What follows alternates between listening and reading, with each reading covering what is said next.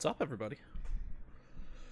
How are you on this fine Saturday in October? With nothing in particularly of importance coming up within a couple of days here in America?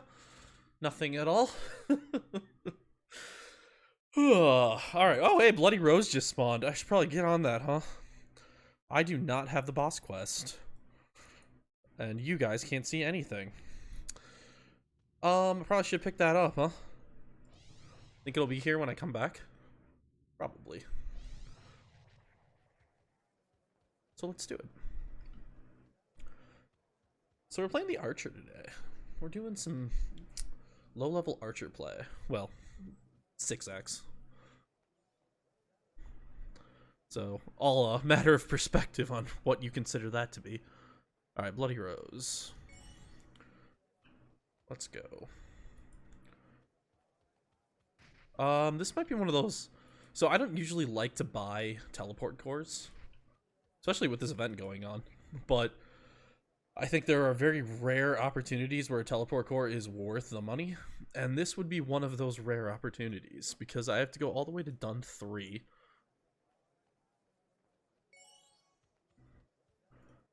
And it's for a boss. So I actually am going to use one. Okay, think he's still alive? He's still alive. Alright, how's Bloody Rose solo gonna do here? Let's get my skills set up. So I want Bomb Shot on main. I still have not put, there we go. Okay. We got that. We got Bomb Shot. We got Bloody Rose. That's gonna hurt a lot. Yep. Of course I got two King Hoppies right by me. Oh boy. This is good night. Where did my Wolfie go?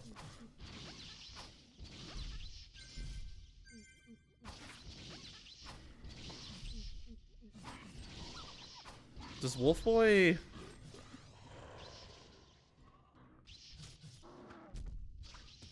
okay, so I guess summons also are denied by bosses. I guess I don't know why I never realized that before. Oh, we're getting right into it today. Haven't played Archer in a good chunk of time.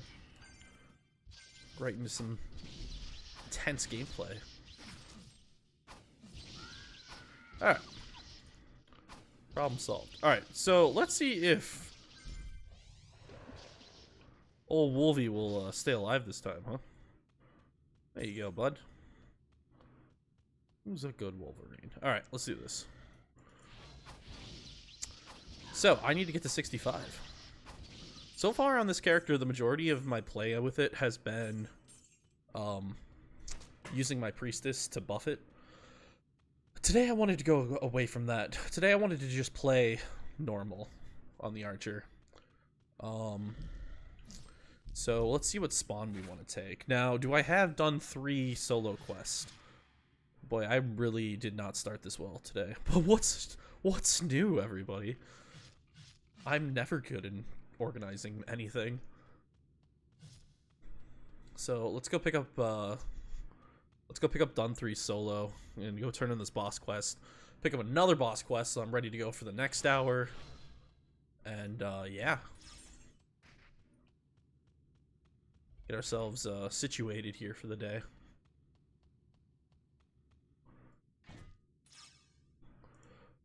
Oh, sorry about not streaming much lately.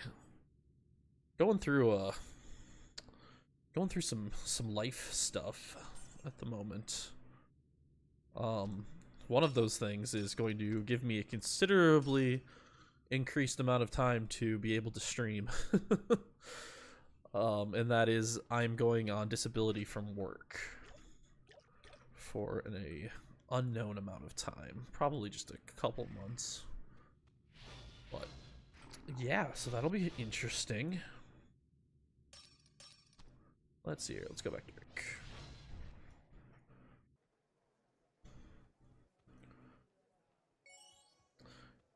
Boy, I don't spend enough time on the seasonal server anymore. Everything throws me off. Like, this is not the seasonal server I remember.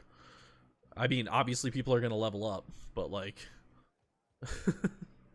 And obviously things are going to change as I'm away. But like it feels so different being here now. All right, I'm totally out of whack. All right, let's focus. Let's focus, Ash.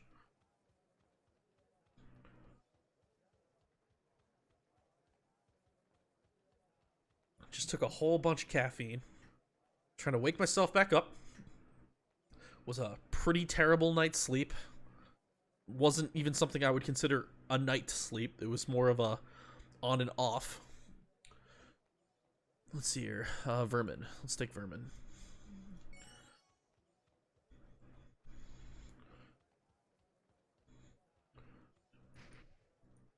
So I'm just trying to get myself going again here. Took some caffeine, and I'm even drinking something that has caffeine. I am gonna caffeine myself. Whatever the hell that means.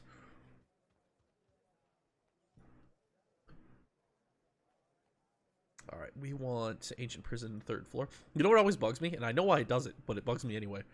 How it goes Ancient Prison, Beehive, Ancient Prison. Like, we all know why it does that, because of the level requirement, but it's still is a little annoying. Okay. We got that. We got that. What else do I need in town while I'm here? Anything else? I got forces.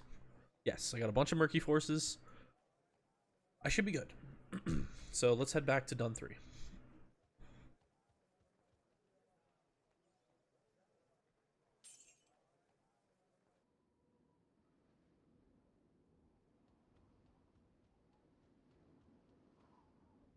Alright, let's go. Oh, I spent the morning working on some coding stuff for the game. That was what I did instead of sleeping today.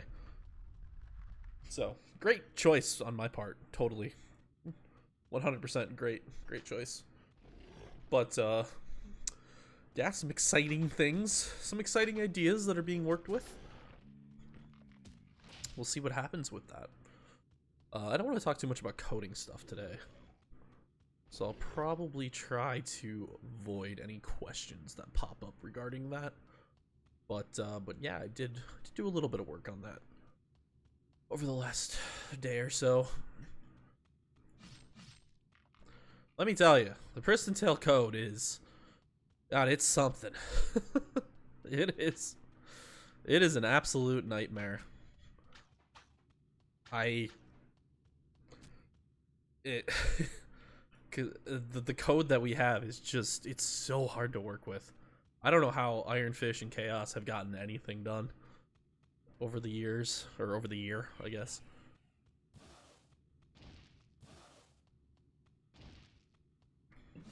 Oh, hello, bear.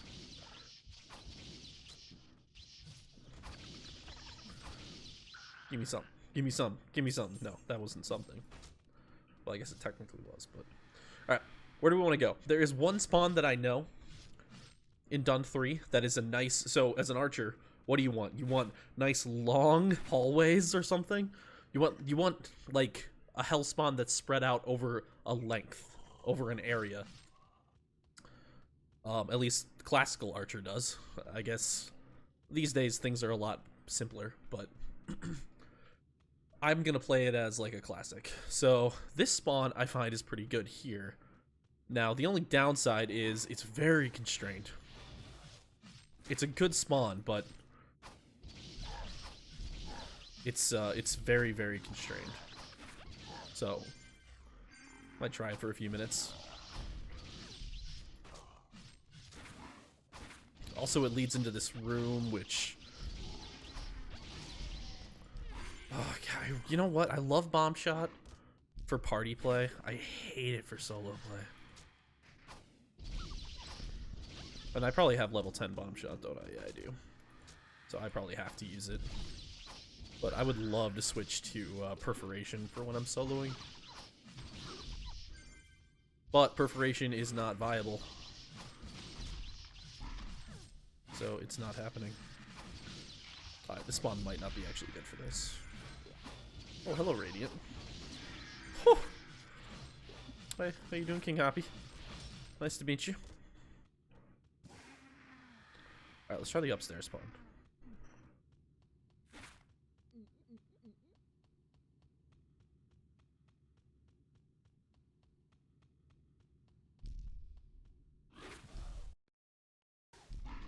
Now, I wonder if we should do something new today. Should I just chill out in the, one of the PTEU Discord channels? Voice channels? If anybody wants to... That's something Windy does. If anybody wants to chat or something.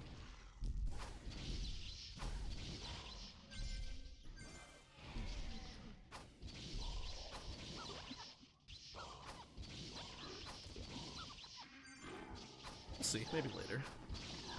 Right now I need to focus.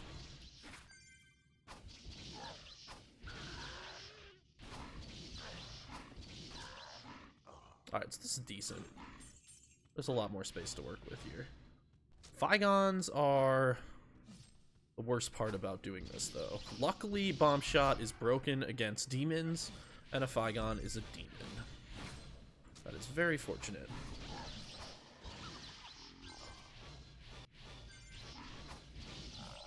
For those of you that haven't played Archer before and don't know what I'm talking about, the Bomb Shot skill does double damage to the first thing that it hits. It's doing area damage and single target damage, which no skill is supposed to do. So that's why it does so much damage. And then it does bonus damage to demons on top of that. So it's just it's broken. It's just broken. What's up, Chaos? Welcome to the stream. We'll see. I probably will start doing more of these now. What I'm actually gonna start doing, and this is probably gonna drive people crazy on stream, but okay, I've definitely said it many times before, but I'm trans, right? I'm a trans woman, but my voice is obviously very masculine. I need to do voice training, and what I was thinking was I'm gonna be doing that's it, yep. I wasn't paying enough attention. I might use the stream as my voice training platform. Do I have rebirths? I do have rebirths. Which is probably going to drive people absolutely insane. But, well, so be it. I've always kind of done the stream for my own sake. I think that's the only, like, healthy way to do streaming is to do it for yourself. Don't focus on, you know, the numbers and all that stuff. Oh yeah, it'll be very difficult. But the thing about voice training is, I mean, it's like anything. The more you train, the better it is, right? So like, literally if I stream for 2 hours, you know, that's 2 hours of really, like, good voice practicing that, you know, living alone and, not going out much because of COVID, I don't really get any other opportunities to use my voice a lot. So it might be like the perfect combo for me.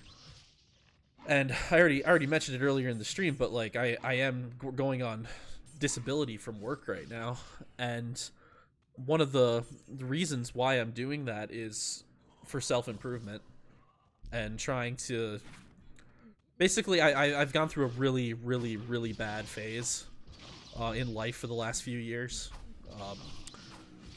and my goal with going on disability from work is just self-improvement, is to work on things and try to get myself back to being normal. and I think that would be a really helpful thing that I could do. So we'll see if I have the confidence to practice my voice on stream. That might take some time, but I would like to do it. Oh, this is bad. Oh, okay. Oh, see, this is the gameplay of Pristontale right here that I just love. This right here. This is the riskiest stuff that you can do. Archer with base health fighting Dun 3 solo. I love it. This is see, like, this is why I say all the time that PT is a simple game that can be surprisingly difficult if you make it difficult. And this is one of those cases.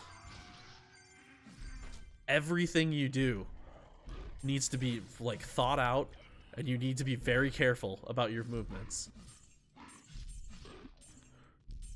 And like other action RPGs, I don't think ever get to this level of well, being able to do this, because spawn manipulation and like monster manipulation is different in Pristontale than it is in almost any other action RPG, because there's that lag. Monsters have that lag before they move towards you, like that right there, right? And it seems like it would be a negative for monsters to have that lag, but I think it actually creates some really fun gameplay where you can like move the monsters around very specifically to where you want them to be. Like, I've got this huge mob. I know they're all aggroing me right now. Oh, I did this wrong. But I can stop here for a second, then pull away. They'll come. They'll attack where I was. Well, I played that all wrong, but you get what I was trying to do. This Flygon is making this difficult.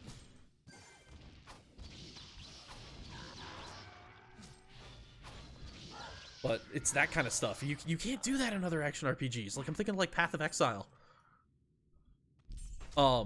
Where monsters are just like, they're always in your face. They're always running at you so fast and so quick. And it's like, you don't even have time to like react. You just need to smack them. There's not really, I mean, it's just very different. And yeah, it is a very strange way that they behave, but honestly, it's the thing that I just love about Pristontale. It's this little quirk that I think adds a lot, in my opinion.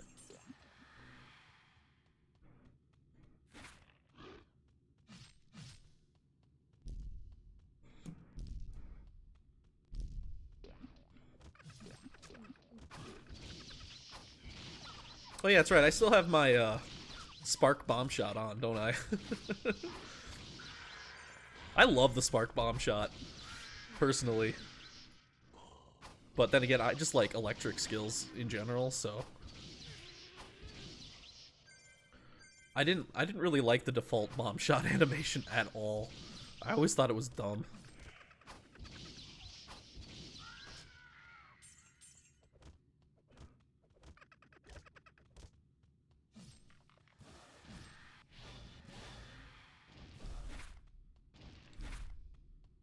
The classic King Hoppy spawning right in front of my face.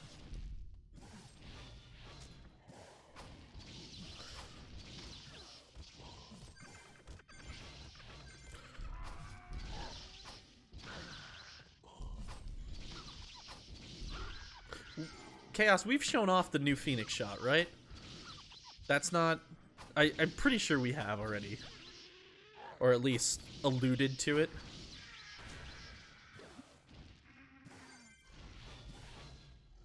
Because, well, if not, I'm just gonna briefly mention it anyway. I talked about it, I think, on the last stream anyway, so it's not like it's hidden. But right now I'm just picturing that new Phoenix shot and, like, just charging up and shooting. Oh, man. I am super pumped for that change. I briefly played for maybe, like, 20 minutes with the new Phoenix shot. And let me tell you, everybody, that is a lot of fun, the way that works. Grand Shield. Archer Spec Grand Shield. Pretty decent block. I will take that.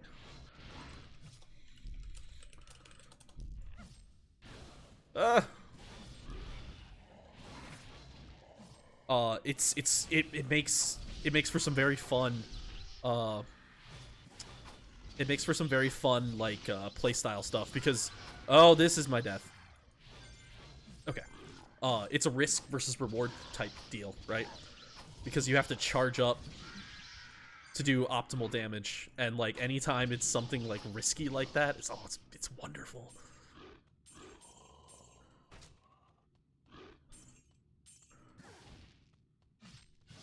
Especially as an archer, where it's like positioning is key. So like what I would do right now is like right here I would start it. I would start charging because I know they're not going to hit me yet. I am like super looking forward to that. I might honestly, well, let's see here. You don't get that skill until 7x.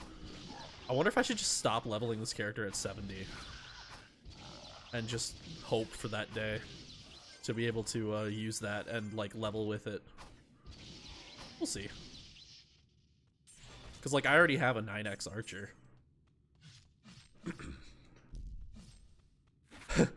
Hyped to have the skill changes completed. Yeah, so am I, Chaos. I just, yeah. Just wish I knew what I was doing more. It's been a struggle. But it is what it is. That's the Pristontale code for you.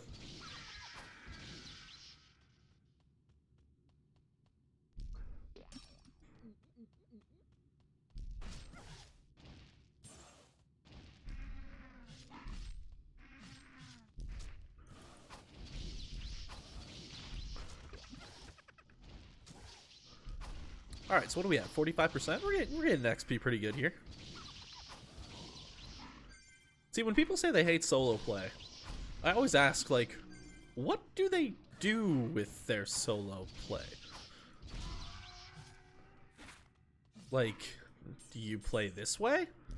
Like, what, are you just going up to a single monster and attacking it? Yeah, that would be boring. I've always been curious when people say that, like, oh, I hate solo. But how do you solo? I mean, everybody can play the game the way they want to play the game, but like you gotta challenge yourself if you're gonna do solo.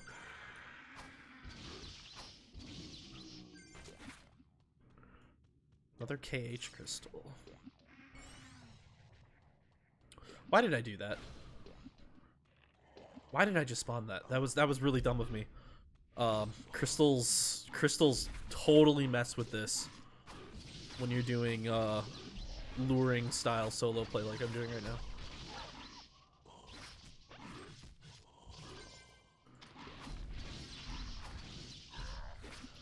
Like, I think I love both aspects of Pristontale. Like, I love being able to party with people because, you know, you get that it's a social game. It's very much a social game.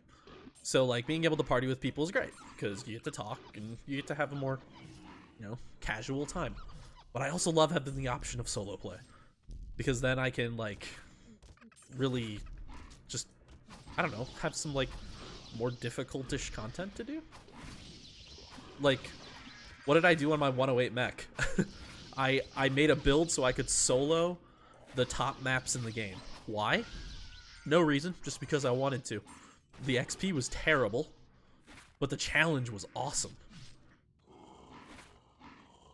I'm tanking like 5 mobs in Ice Mine.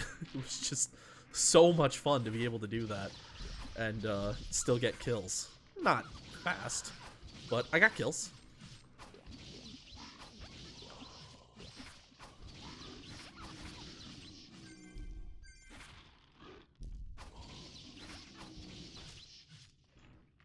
Yeah, this is just messing with me too much.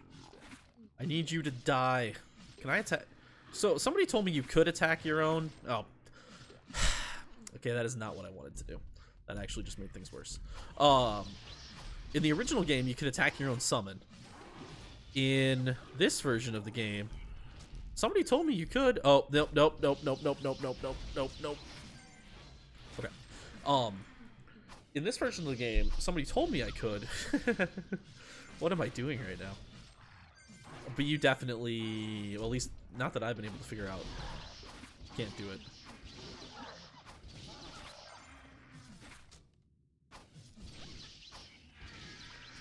God, I just despise bomb shot.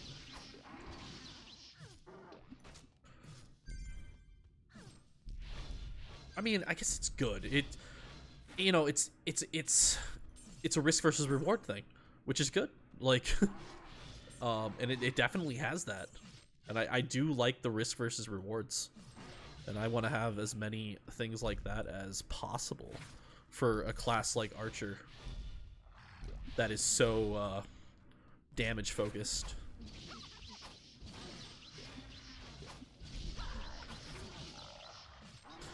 You know what I gotta get? I think I know what my problem is with Archer, actually. I always shift click to attack, like always.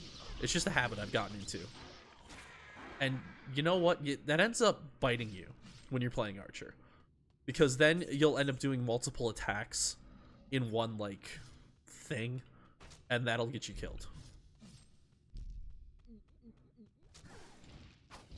So I think I gotta get better about just left-clicking and not shift-clicking. If I can get into that habit, then the problem that I'm having right now would not be, well, a problem.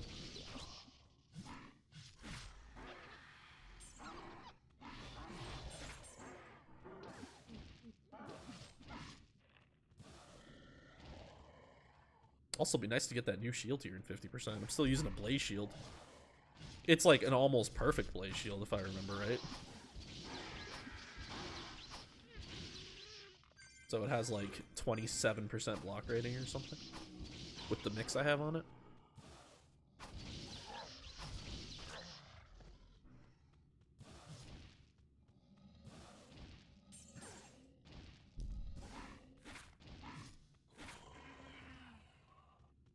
We're going with the Halo 3 ODST soundtrack today.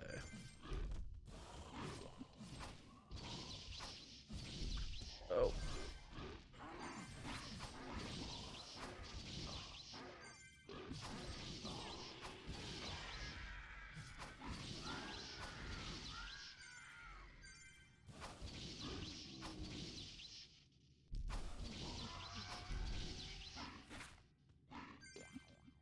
Wing shield. Even that might be an improvement if it's Archer spec. Nope. Might. I think you need to get a pretty dang good roll on a wing shield to make it worth swapping out of a blaze shield.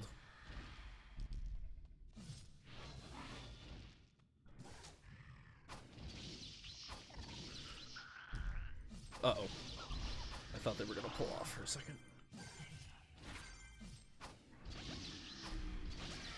You know, the thing that takes time to get used to when you switch to a lower level character is realizing how few pots you have in your bar.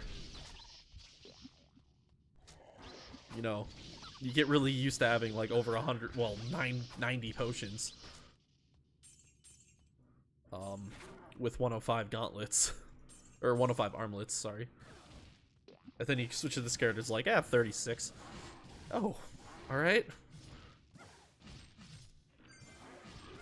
I mean, I could always do the potion mix, but let's be real, that's not worth it.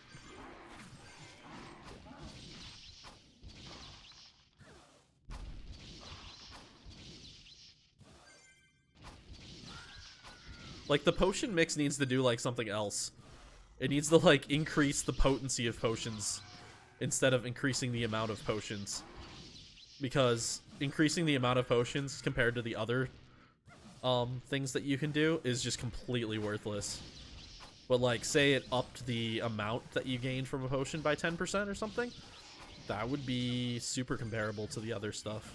Oh, that is just death.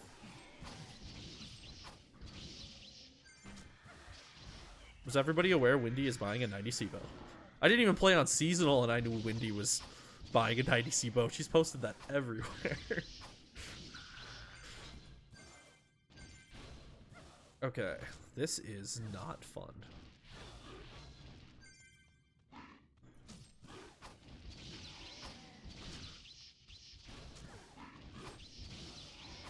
Couldn't get the Figons in a nice position.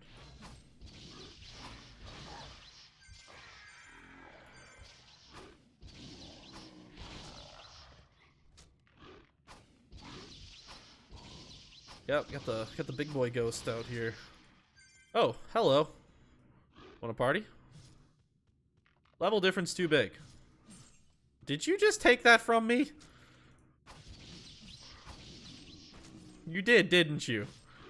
What are you doing? Hi? Okay. Did they just really walk up, take my lantern, and leave?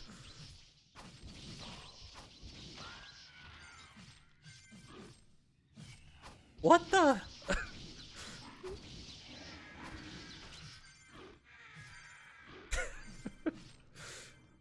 I don't know what just happened.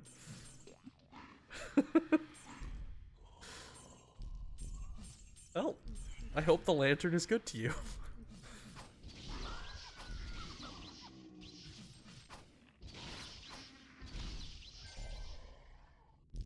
It wasn't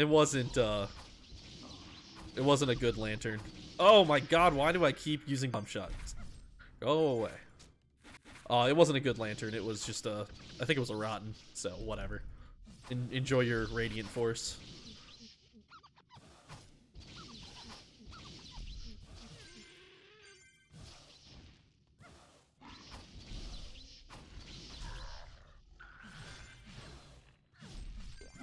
Alright.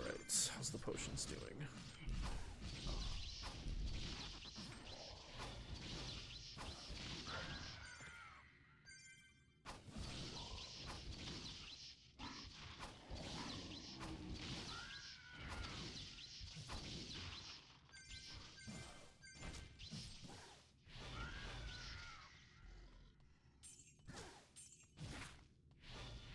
What do we have for boss time? So I've been doing this a half hour so far. We'll need to get the next boss round. The nice part about being around this level is you sure do have a lot of bosses you get to kill.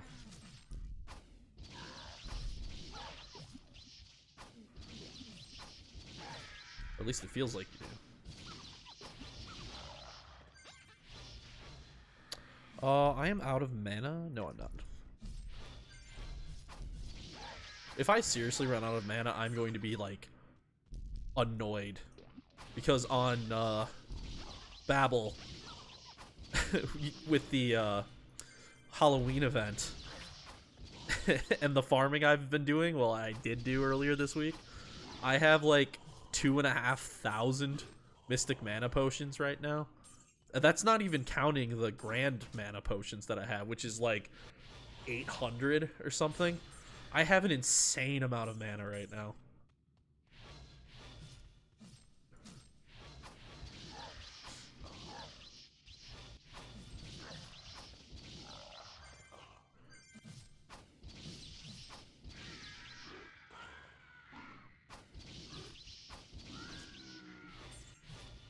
Which is good, because my 108 mech goes through a bunch of it. No matter what I'm doing, really. If I'm doing automation, he goes through a bunch. If he's doing power, he's going through a bunch. He's going through a bunch no matter what. Spark, SOD runs, everything. Speaking of which, I haven't done my SOD for this week, have I? I just realized that. Yeah, I'm pretty sure I have not taken my 3rd place. Well, hopefully 3rd place. Yeah, we'll pass this week. Yeah, that's been a struggle, let me tell you. I have been racking my brain trying to figure out how August gets the scores he does. I have tried everything. And I think it just comes down to gear. It's just my gear isn't that much worse than his. I cannot believe that makes up for like a 200,000 point difference consistently. It's not like he got that score 1 week. It's like he gets that score all the time. So like what am I doing wrong? I've tried different ways of rotating around the map to see what is most efficient, and I've come to the conclusion that standing right in the middle is the best way to do it with Spark Mech. By far. The other options just didn't even come close. And that time spent moving around is what kills you. Yeah, 200,000 ahead is a mech. So I can get to about 3.4 mil, and he gets like 3.6s. And like me and Spec were both talking about it the other day, and we're just like, how does he do it? What is it he's doing? Oh, and we can't figure it out. I tried claw, I tried scythe, I tried hammer, I tried sword, I tried switching to automation for bosses instead of sparking bosses. Nope, was actually worse. I don't really know what else there is to try, honestly.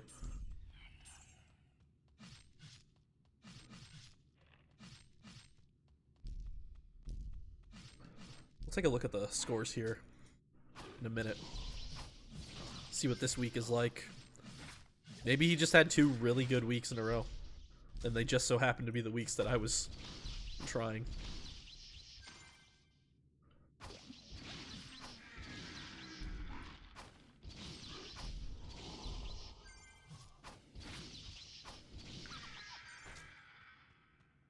The worst part about it is when he's standing in Rick, he always just has his bow on. So I have no idea. I mean, I could just ask him, I guess, but what's the fun in that? I have no idea what he uses for a melee weapon.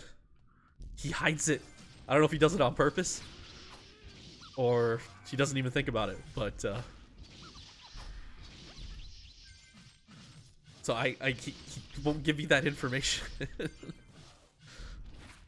But I mean, I've tried everything. There's nothing left to try, so it doesn't really matter.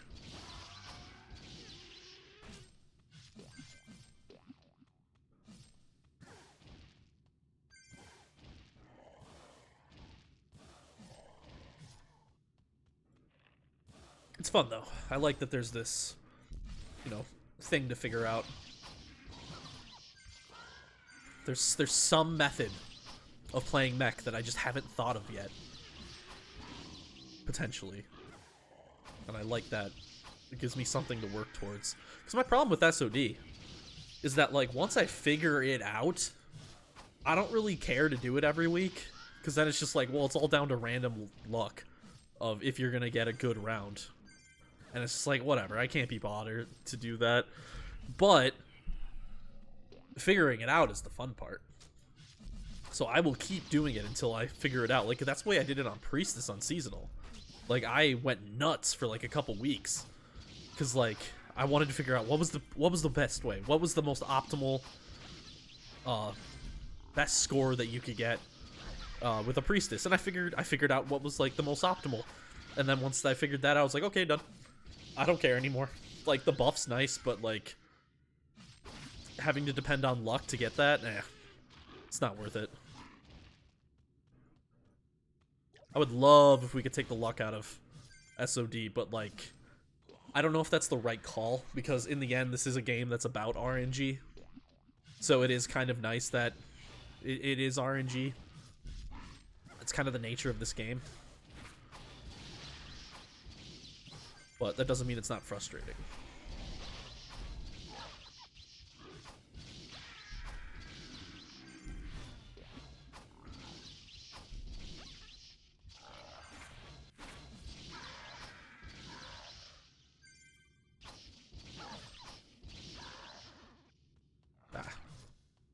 I will say, though, that the solo SOD change that got made a few months back, that is one of the greatest changes.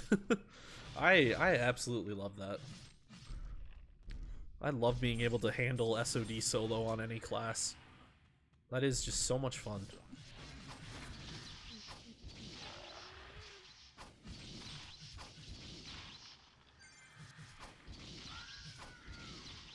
It opened up a new avenue of Pristontale gameplay that I didn't even realize I was missing. Like, sure, you could have soloed it in the past, but, like, it's just going to be a huge pain. Because you're just not going to be able to pull anything off at the higher levels. I don't care how well geared and stuff your character is. You just have to be, like, super high level.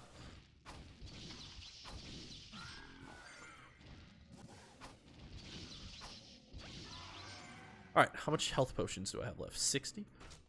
You know what I just realized I'm not doing, everybody? This is going to come as a shock to you. I'm not doing a quest in this map. I'm just so used to old school PT. Of just hopping on and grinding. That's just what I do. I don't even think about the quests. I know people pop on and they're just like, okay, gotta get all my quests done, gotta do this. That's never what's on my mind when I play this game. I'm like, alright, let's do some grinding. Like, that is the only... what am I doing? I don't need party quest. That's the only thing ever on my mind.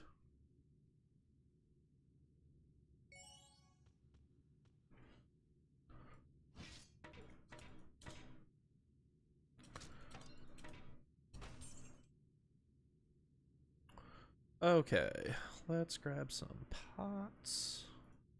We're gonna want, like, I wonder if that dude's gonna take my spawn. I mean, he can if he wants. That other spawn isn't that much worse. Really wouldn't bug me. Them the rules of Pristontale. Leave your spawn, lose your spawn. That's the part that sucks about solo play. You don't have that person there to hold it for you.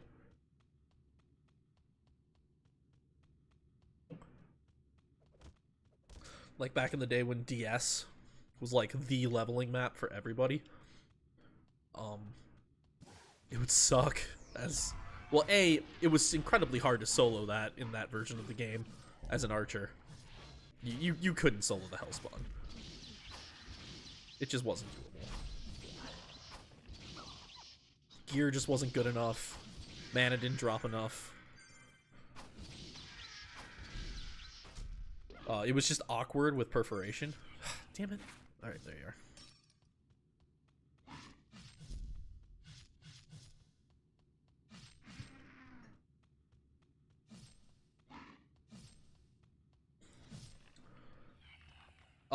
But even if you were holding like what I would normally hold in DS if I was doing solo play, which again was rare because you would need the mana for it, and the mana didn't drop, so like it was a good time when you could actually solo. But anyway, it would suck though because that map was used so frequently and people were there so often that like the moment you left any of the spawns you were at, boom, lost it. So like you'd get to solo for like 1 round worth of potions, and then that's the end of that. Then you better go find yourself another spawn. So like in the end, I almost found it more worth it just to find like little mini spawns than it was to like go to like hell spawns. Ooh, teleport core. Yay, Transforce. I know what the name of my next clan is going to be. It's going to be called Transforce. And it's literally just going to be a picture of a Transforce with the trans flag behind it.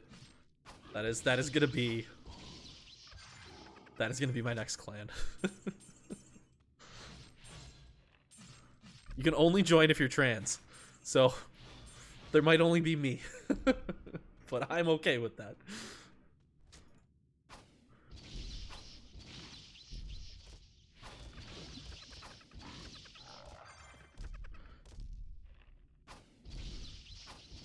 I don't know if we have any other trans members of this community.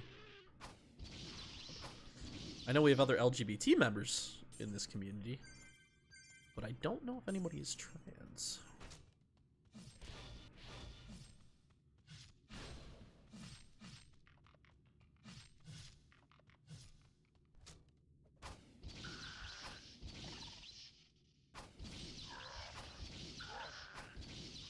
It's typically not something you want to be like, I don't know.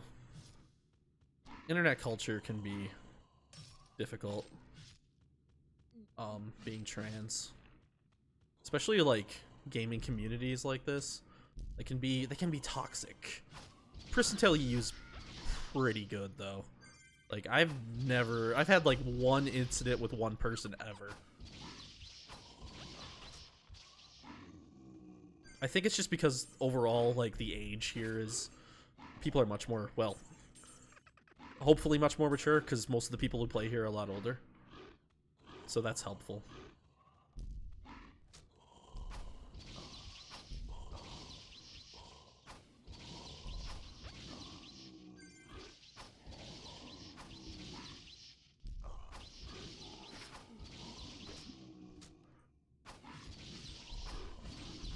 But, like, if it wasn't for the stream, I probably wouldn't be out as trans. I would just be like, yep, just call me she. Like, that's what I would be, because, like, that's just the way the world works. Like, why would I need to explain it to anybody?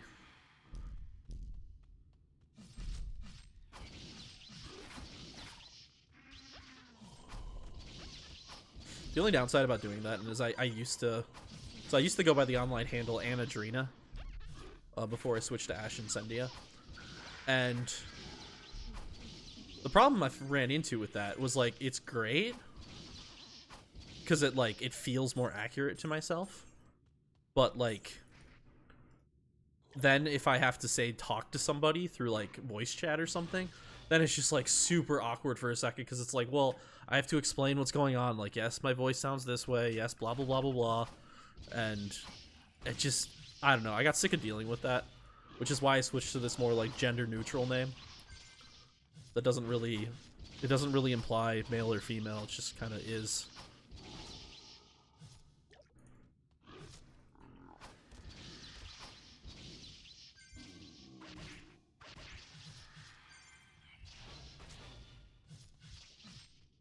Also, I like this name much more.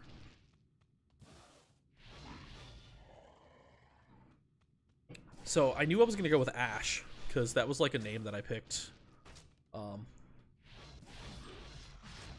So Ash was gonna be my name, but I needed more because you can't just go by Ash on online games. It's taken everywhere because, you know, it's a simple one. So I needed to add something else to it. I racked my brain. I couldn't think of anything. And then I remembered one time in World of Warcraft, of all things, I had a archer, or sorry, a hunter in that game, with a pet, and I had named that pet Incendia. It's like the Latin word for fire, and I really liked that name. And I actually had people message me, like, giving me, like, I never expected this, and believe me, it really did happen. Somebody messaged me, and they're like, we love the name of your pet. And I'm like, whoa, well, thank you. And, so that name always was kind of, like, something cool to me. So, I thought about that one day. I'm like, Ash Incendia. Because ash is, like, the fire, or it's, like, you know, the remnants of the fire, and Incendia, fire. So they kind of have, like, something that they go together with, right? And the whole, like, thought behind the name is that with all the stuff that I've gone through and all the, like, life things that I've had to deal with, like, this is gonna sound super cheesy, but this is what my mindset is on it. Like, Ash as a name is like me rising from the ashes of that fire that, like, took me down. And, like, I see Ash as, like, this name that, like, encompasses what I'm trying to do now. And it actually means a lot to me, this name.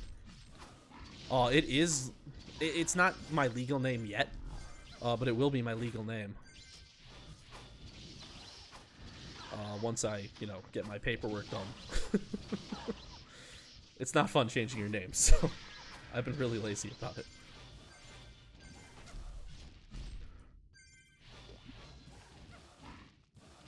Like, the name change process is great. Oh, God. For cis people, but for trans people, it's a little bit more complicated.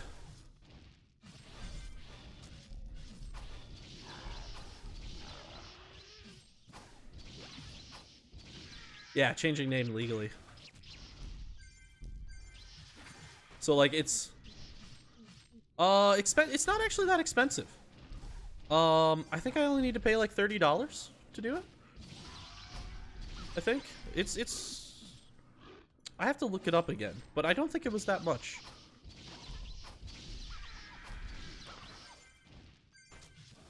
But the problem is it's set up for, like, the way that the whole thing is set up mostly is for you know, basically it's for women that have gotten married. Like, that's how the system is set up. It's not set up for trans people that are changing their name. So, like, certain aspects of it are a little bit harder.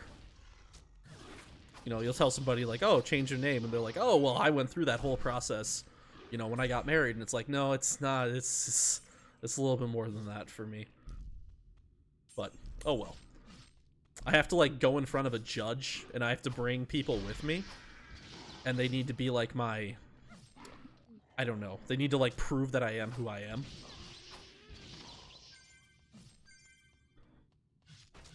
Which is why I just haven't bothered with it. Too much work. Ah.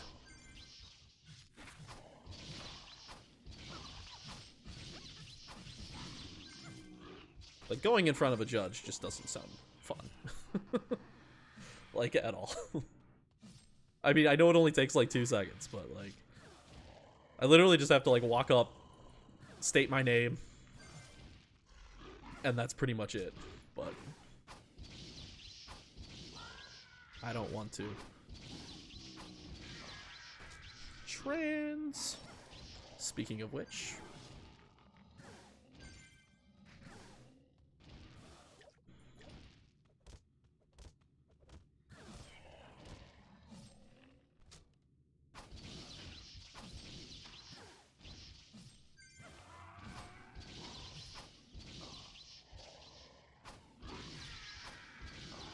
how's that quest doing, huh?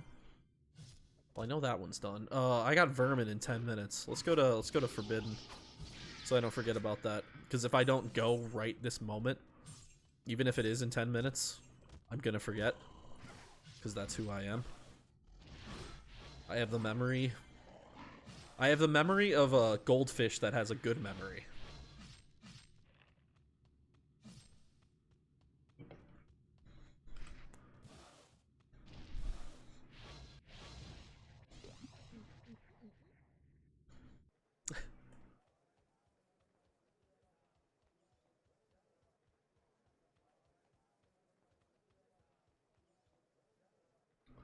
Tina, what's up?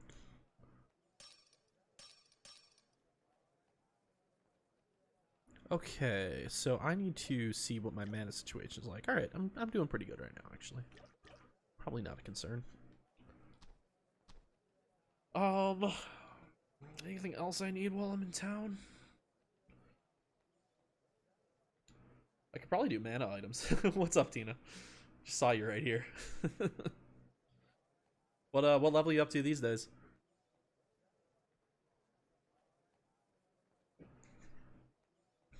I have not been looking at the ranking for seasonal anytime. Well, actually, I haven't been looking at the rankings for anything, but 104.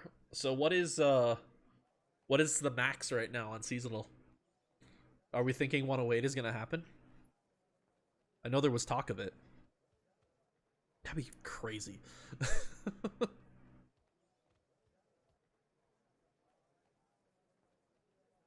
I don't honestly know. Holy crap, 107. Jeez. Okay, yeah, 108 is probably gonna happen then. That's insane. Good job, guys.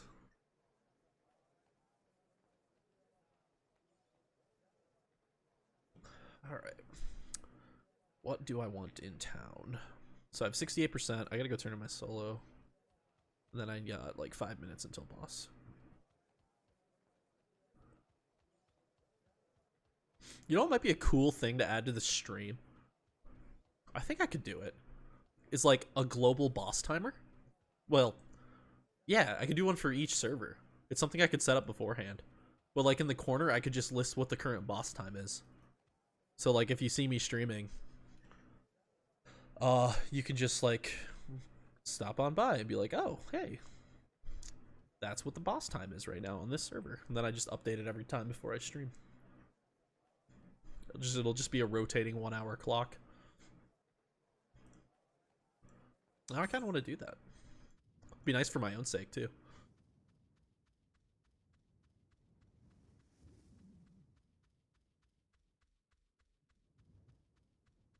And if I really wanted to be nice, which I won't be, I could like say what rotation CCQ is on or something like that. That's not happening though.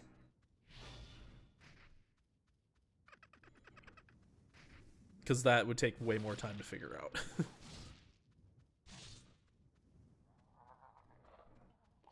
Alright, let's do some Forbidden Land. You know what?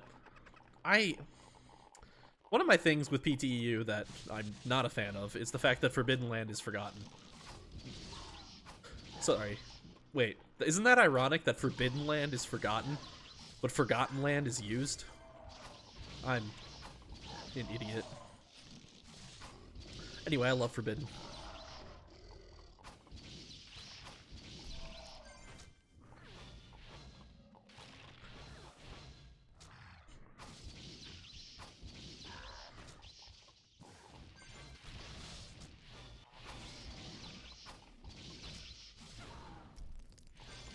Oh, R.I.P. Greedy Lake. R.I.P. Man, we haven't done a tour of Greedy Lake in a while. We'll we'll see how the stream goes. Maybe today's the day for another tour of Greedy Lake. I'll have to switch characters, or maybe I'll just wait till I get to 70 on the Archer, and then we'll do a tour. Never forget Greedy Lake. What was it? What was it? I was doing a stream here not that long ago, and I walked into Greedy Lake, and there was somebody there. There was actually somebody in Greedy Lake.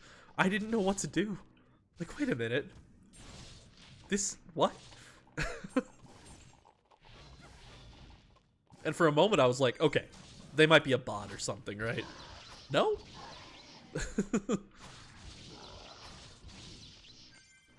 Yeah, but, so I hear people say that it's mana farm heaven. I mean, I know in the original game it was, but like, I don't know why you would need a place that's better than Dark Sanctuary, because Dark Sanctuary already, like, is it better than that? Because that map just pours mana. If you have a third eye on, and you go to that map, it's like, you'll never have mana problems again. Oh, I didn't swap weapons.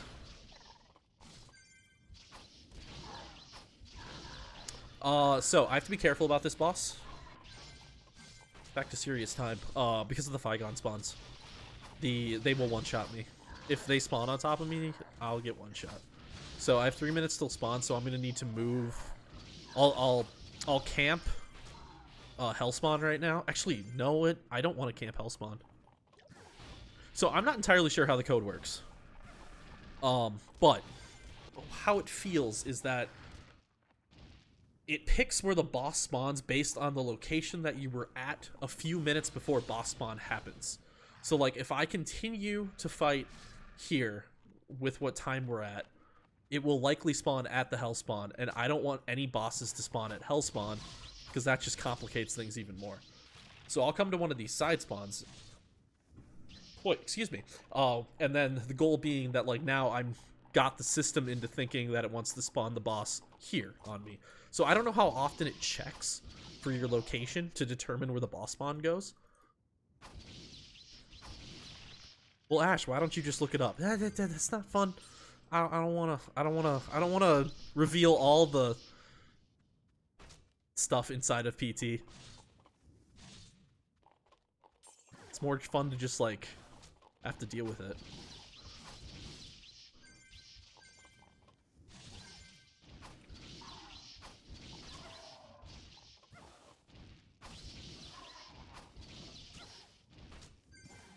Oh my god, stop hitting me.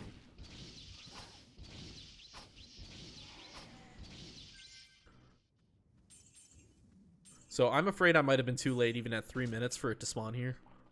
Because I swear, I've had it like still spawn at a Hellspawn even after I've left like 10 minutes before, I swear. So I don't know how it works out.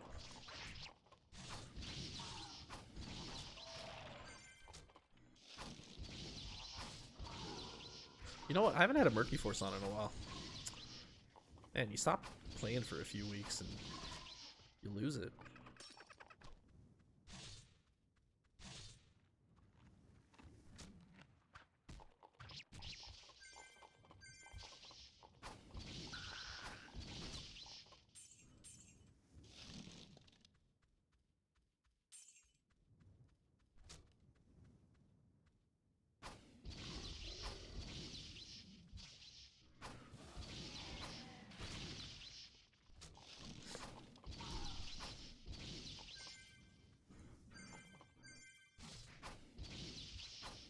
Man, I got a lot of Mystic Crystals on this character, apparently.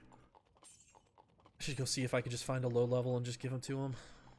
If anybody's watching is leveling up a character or something, let me know. I'll gift you 4 Mystic Crystals, because I have no use for them.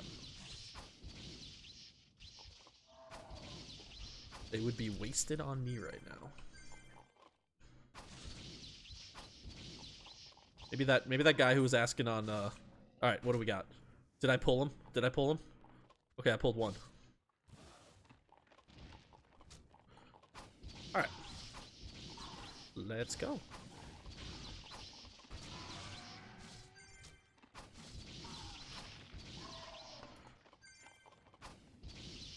What are we at? So we're at 59:38. If I go particularly fast, which might happen,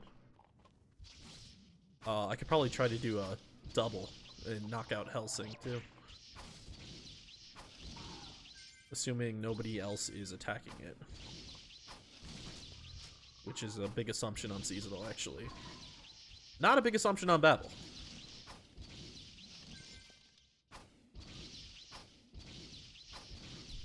Okay.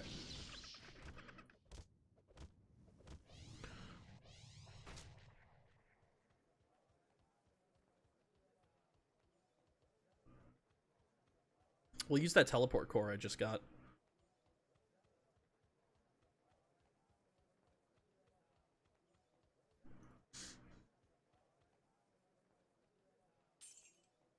Alright, Helsing. And I want Battlefield. Battlefield of the Ancients. Alright, what we got? We are... Oh, what do we got? A 5x? Yeah, we're bossless. Okay. Well, it was worth a shot.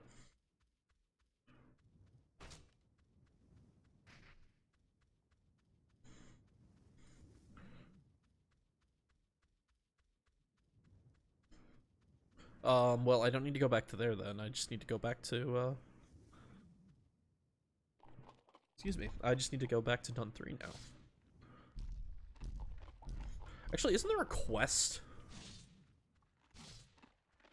Isn't there a pre-70 quest that you pick up from the Curse Land person? Or sorry, the, CT person. I feel like there is. I guess not.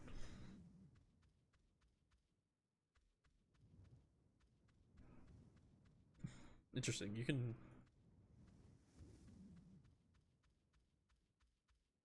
This has always been a thing? You can click on the quest guy and the window stays up when you move away. Interesting.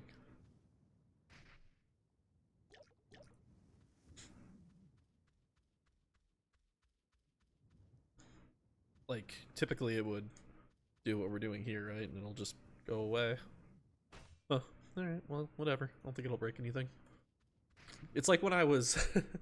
I was aging one time, and I was putting in all the sheltums, right-clicking on them, of course, because that's what you do, and I accidentally right-clicked on a core. So I had the aging window up, and I cored to Rick. And here's the funny part. The aging window didn't go away. So I had the opportunity to age in Rick. I instantly closed it, because I'm like, I don't want to know what this is going to do.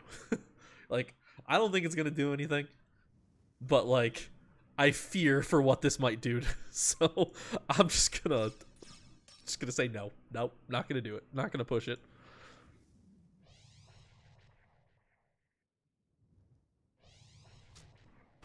Let's not break everything.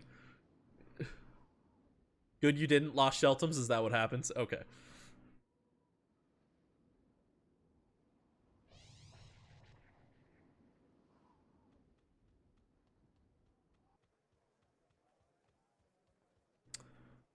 What else do I have for solo questing? I could do Beehive right now, huh? That's a real quick one. That should be a quick one.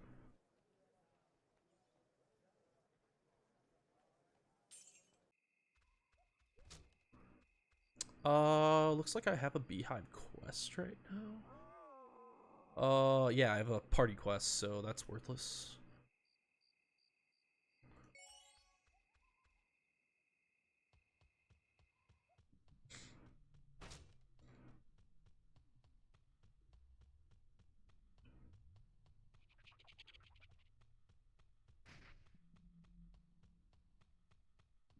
Did anybody want those Mystic Crystals? Anybody? Well, we got a 6x dude here. Is he farming for... Oh, we got a ton of people here. Oh, I'm happy to see it.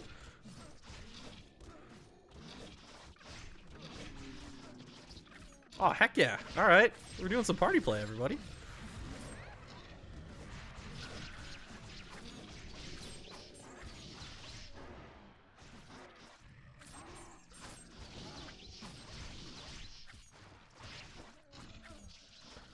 We got ourselves a AFK priestess in the middle. Somebody's leveling up some alts. Who does that? Yeah, that was my first thought. 2K, I was like, oh yeah, low-level parties are still happening. Heck yeah. Don't know what to expect 2 months into the seasonal server. I came on today expecting to be solo like the whole day.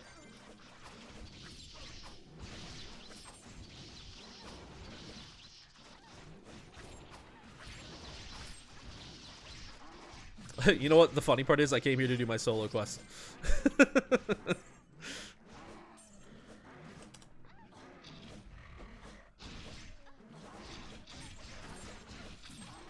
Oh well, a full... Wait, he's not 60 yet though. I'm confused.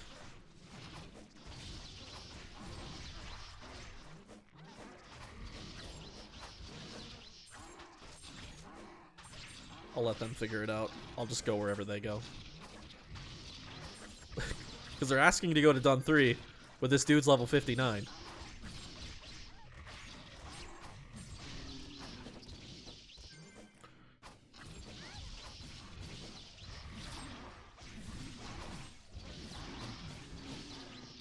%. Okay. Well, cool. I mean, even though I'm gonna have, well, I'm gonna have DS opened up. If there's a DS party, you know what I might do? Things you can do when you have multiple characters on one server. I might go check DS. I'll stay in this party, and I'll check the DS hell spawn with my priestess and see if there's a party there, and then leave these guys if there's a party at DS hell spawn. If not, I'll stick with them.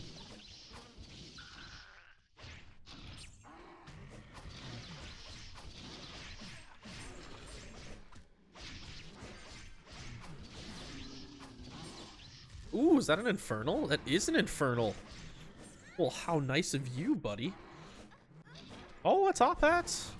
The male one. Anybody want to trade a male hat for a female hat?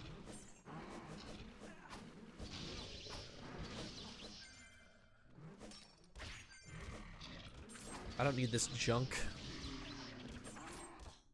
I'm pretty sure I can still use the male hat. It'll still give me the bonuses, but, like, I want a witch's hat.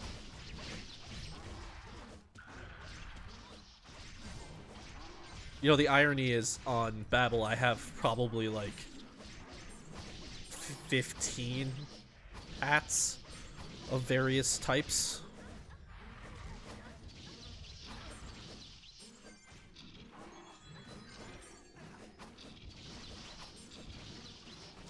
Like, I'm probably gonna be wearing a hat for the foreseeable future.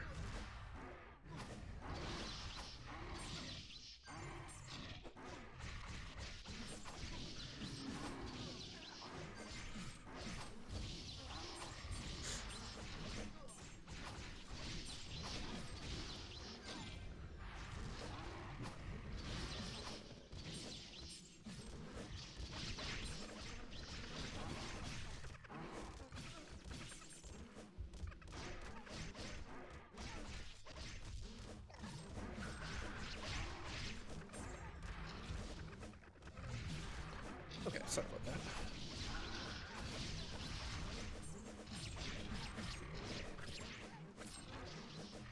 What level VL is this? Yeah, I was like, I feel invincible right now. I wonder what level VL. Oh, yeah.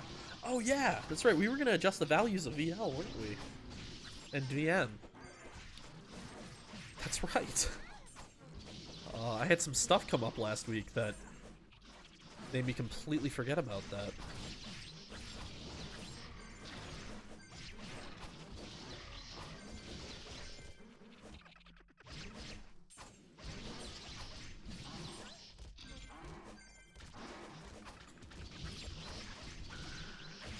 I still think that needs to happen. Or at least I think we need to try some new stuff before seasonal merge. And the bright side about how the code works now is that we can adjust that without having to restart anything. We can just do it.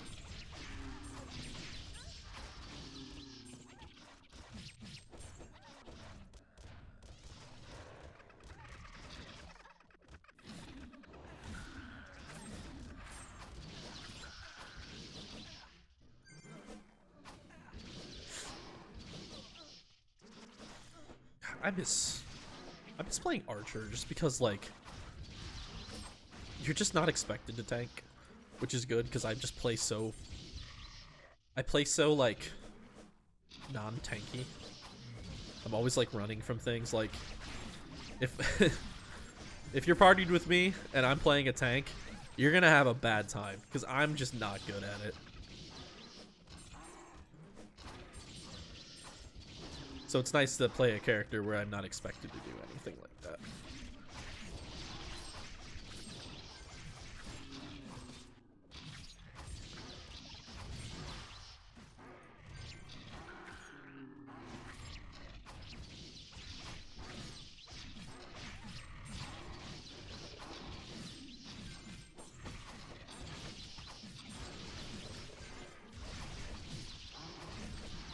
Maybe when this, so I might hit 65 by the time this Skywalker dude hits 60.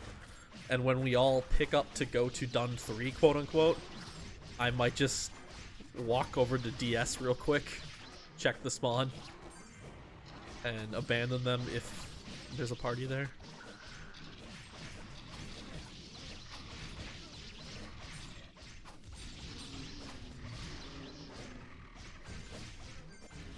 So I know people have talked about the wolf AI being busted. I do believe it is busted. Because it's not behaving like it normally would. Ah, dang it, he just leveled and I still need 4%.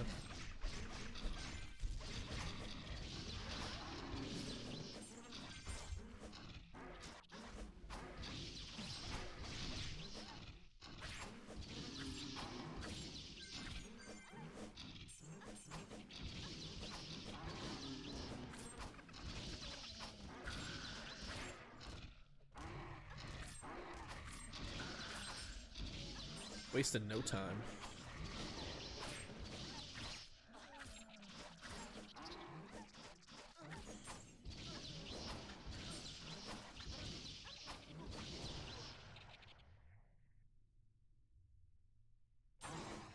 All right, 96.4%.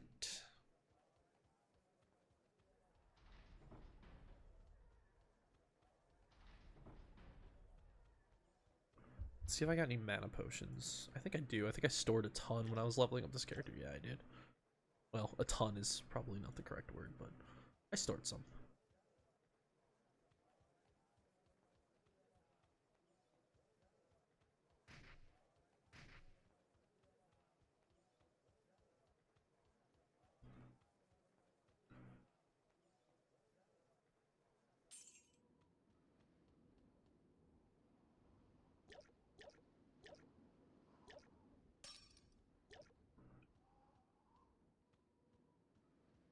What? How did... Whatever.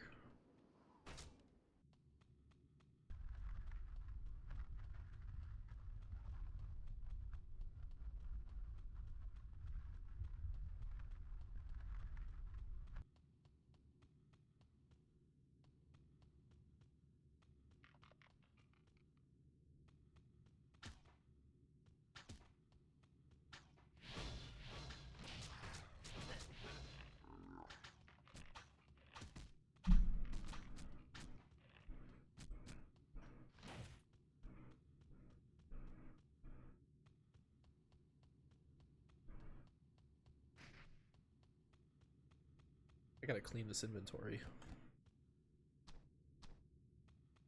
It's gotten pretty bad on this character.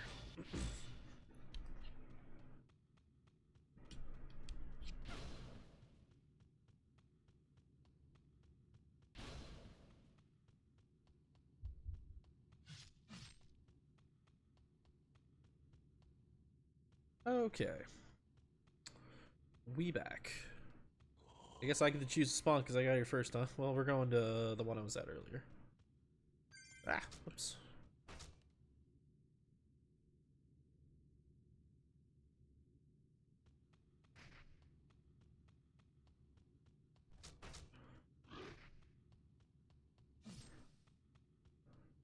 See if I level before they even get here.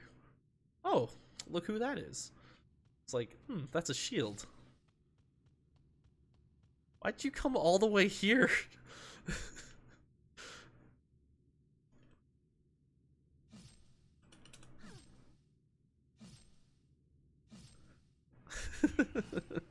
Ooh, and oh, I got the hat too. Oh, well, thank you, Majesty.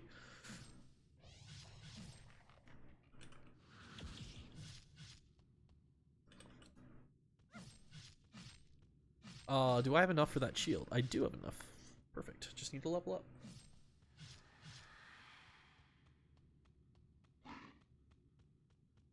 It's very important to have the witch's hat. It's very, very important. Why didn't you just... Why didn't you tell me? I would've stopped in Rick to pick it up. You have to come to Dun 3.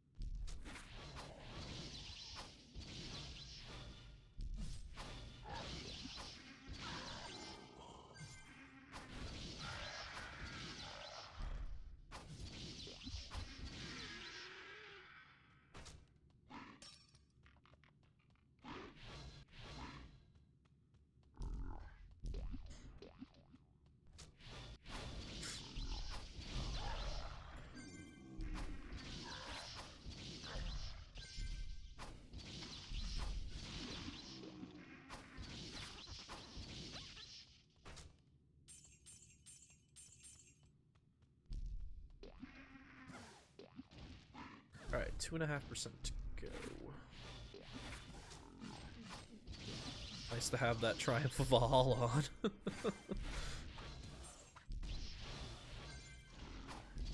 See? This just like sums up. Like, why would you ever play a melee character? Like... Oh, I know, everybody has their preference. But it's just like, that whole spawn right there, that dude could do nothing. I had to kill it all. Because if he walked into that, he would have died. I don't get the appeal of melee characters at all in this game.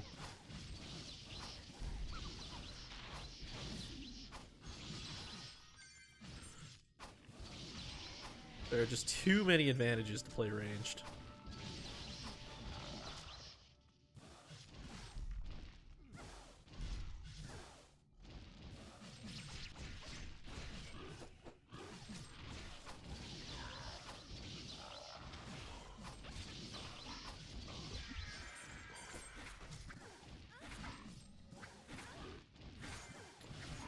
Well, whatever you want to do. If you want to make your, at least during the leveling process, if you want to make things more difficult on yourself, then so be it.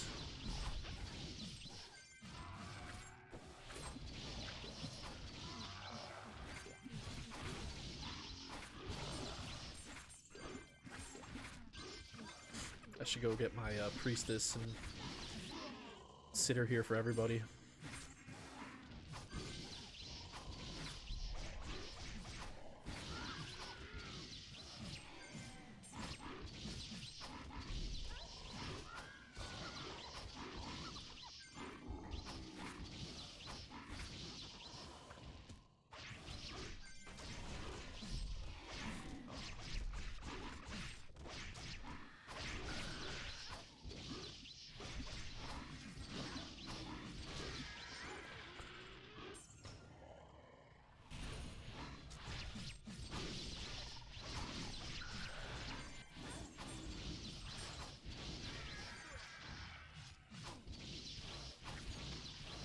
I guess the way I've always looked at it is like the amount of disadvantage you get playing a ranged class in this game is not a big enough negative to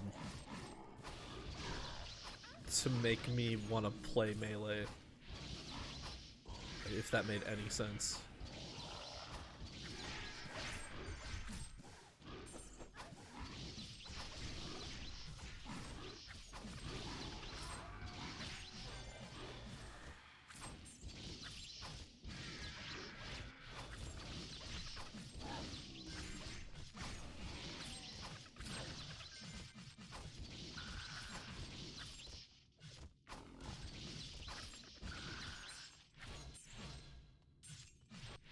Yeah. Yeah, Venom at least does something, but like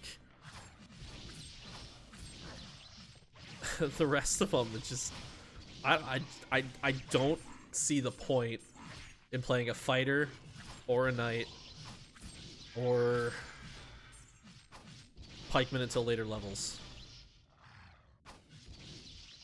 I just, beyond just like preference of just like, I don't know what the character looks like, I don't get why you'd ever play them.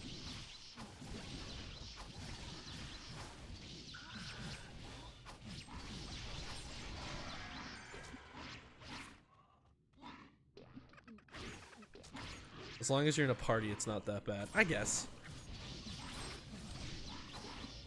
I think the problem I have is that I always judge the game based on solo play.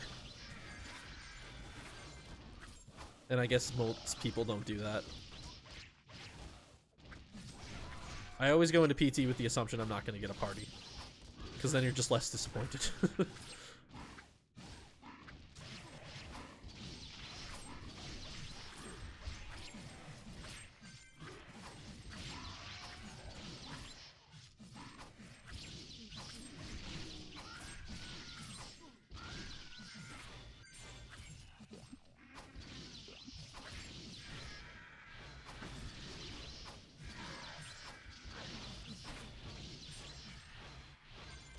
I need to look at like other games. I need to understand like what is it about ranged classes in other games that makes them worse than a melee character, and what is this game missing? I'd be curious to figure that out. Like, I would assume that games like WoW or something that have, you know, millions and millions of dollars of development behind them have figured out how to better balance a ranged class versus a melee class. What is the negatives to range that they've added there? Like, what are the issues that they have to create to make it more balanced? And I should preface, everything that I'm saying is irregardless of PvP. I don't PvP, I don't care about PvP. So if one class is better in PvP, then I guess whatever.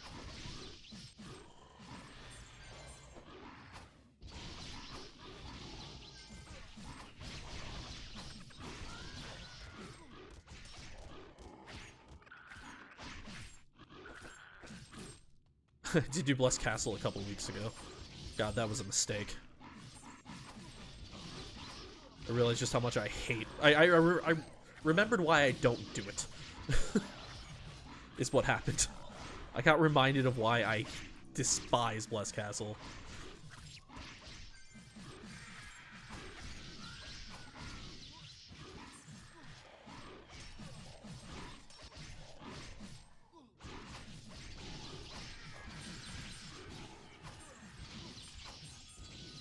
Oh, I can put on that shield now, can't I? Actually, I have a lot of stuff I can put on right now, I think.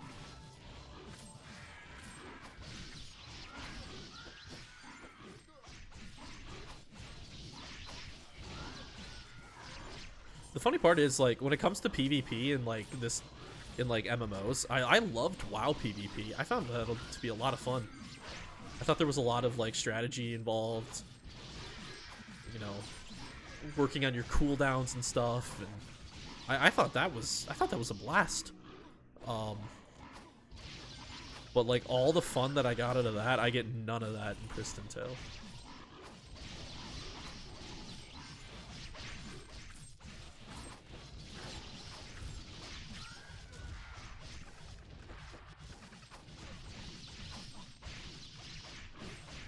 And that's not a it's not a thing against PTEU. It's just a thing against Pristontale in general.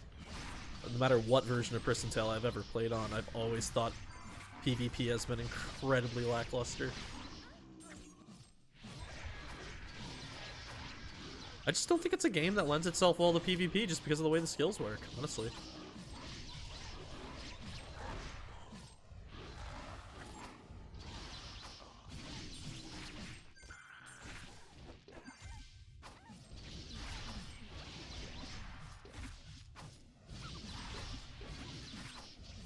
Oh, I like the idea of BC, sieging, defending, towers, guards, etc., but a lot to improve on. You know what, I do like the general idea behind it. I would agree with that. Like, of all the ways they could have implemented PvP in this game, I think that was cool to have, like, the objectives and stuff like that it has. But I think at its core, no matter how many fixes you try to make, there's one thing that's going to make PvP always boring, and that's the fact that skills don't have cooldowns in this game, for the most part. Most skills are spammable. And if a skill is spammable and a potion is spammable, then your fights just turn into a spam fight. And there's just nothing interesting about that.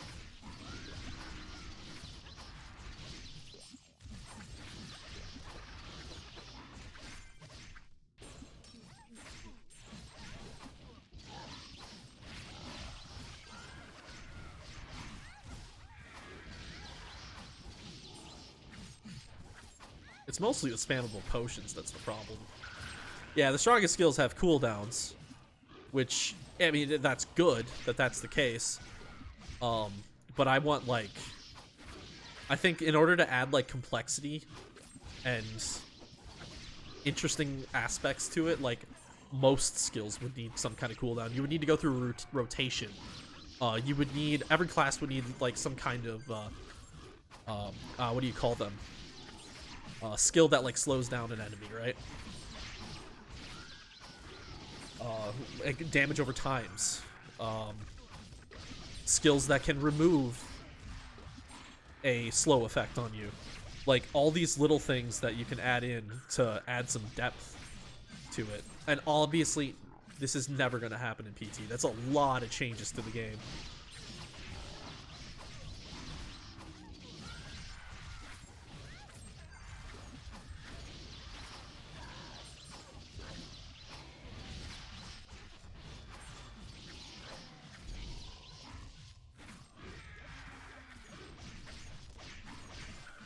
You know, I look at PT PvP like PvP in Diablo 3. Like, they added it into the game. Sure, you can do PvP if you really want to and fight somebody, but it's really pointless. And that's basically how I think of PvP in this game too. Cool, it's fun, you can do it if you want. Have some fun with it, screw around, but, like, don't take it seriously. I need to get a quest, which of course somebody else just did a quest.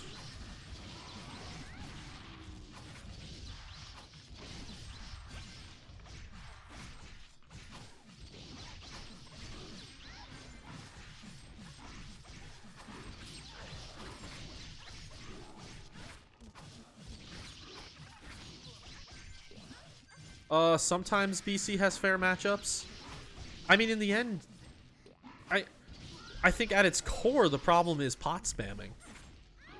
Like, if you can, you know, in other games that have PvP, you don't have the ability to constantly spam potions. Potions have a cooldown in, like, World of Warcraft, for example. So you have to be very careful. But then again, you have, like, more health. It takes longer to die to begin with.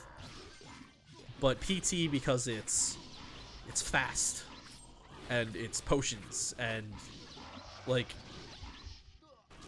the only way you get a kill in PT really is burst damage, high burst, so that you can outdo their pot spam essentially.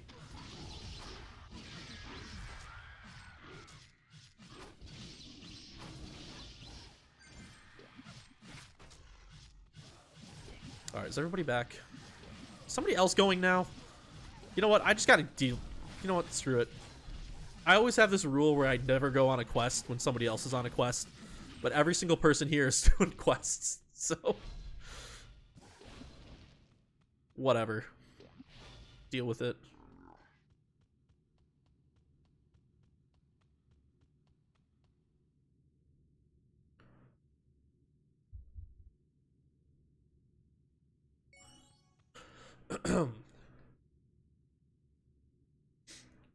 You have to play it at 9x or anything? Yeah. I mean, I did. I mean, I knew this was gonna go shit. Oh, whoops, sorry. I'm trying not to swear as much anymore. I just naturally fall back into that instinct. But anyway, I know that, I knew I was gonna do terrible, because Automech just doesn't do PvP. It's bad. It's not burst damage. It's continual damage over a period of time. But I went in to Blessed Castle with the 108 mech in Automech mode, and it went just as poorly as I expected it to go. Like, I was completely worthless. Literally, all I was being asked to do was spawn my golem so they could hide inside of it. Like, whoa, that's a lot of fun.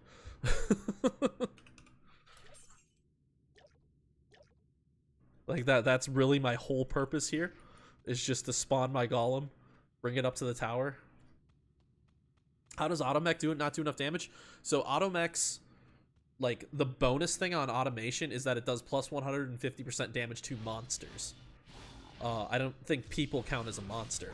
And also, the thing about it is it's doing continually... It's just doing a continual amount of damage.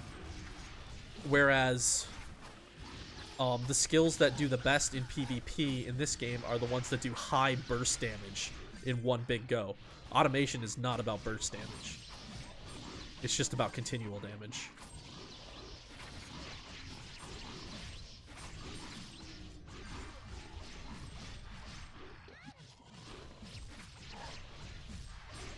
Nice, got mana.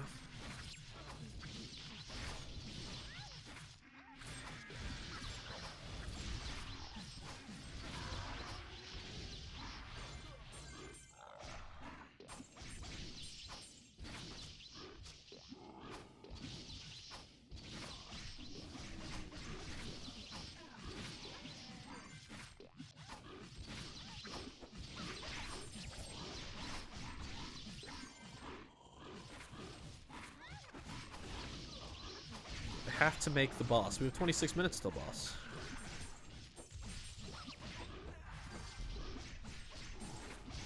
Oh, what do I suggest for it? I don't think PvP in Pristontale is fixable, honestly. Like, I'm open for suggestions, but I've thought about this for years. And every single time I come back to the conclusion, this game is just not meant for PvP.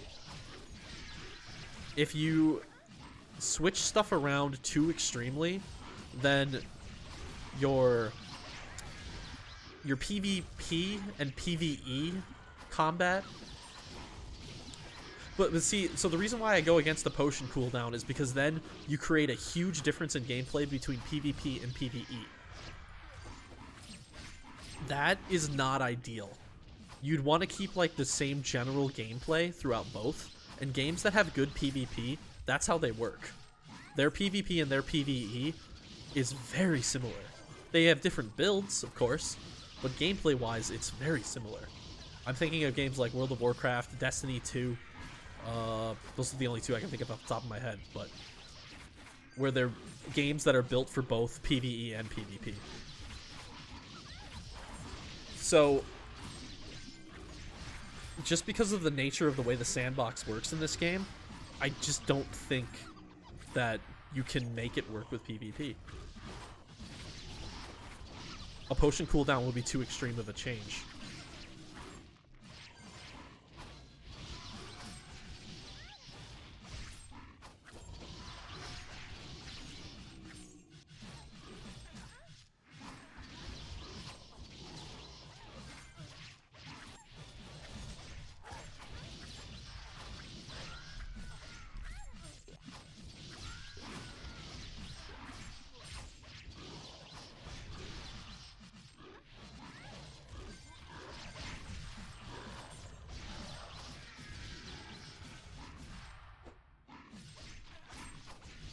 it would just be weird gameplay wise. Like it would feel clunky if like your potion worked a certain way in one map and then worked a different way in another map.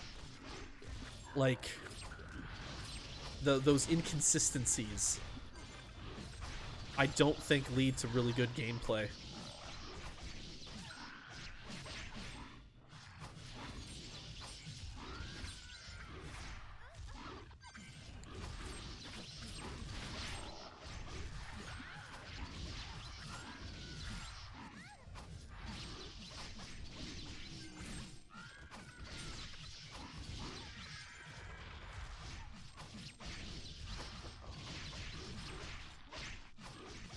What do we got? 23 minutes till boss. I need to take a very brief break here real quick.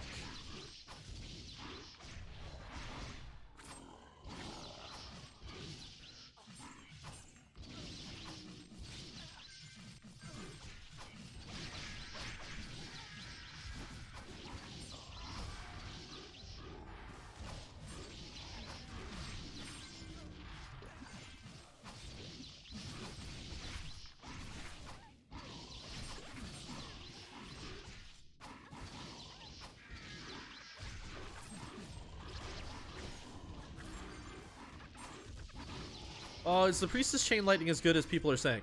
So, maybe Tina can speak to this, if they're still here, but the problem I find with Chain Lightning, so I went 10 Chain Lightning on my Priestess on Seasonal, and the problem I have with it is the inconsistency.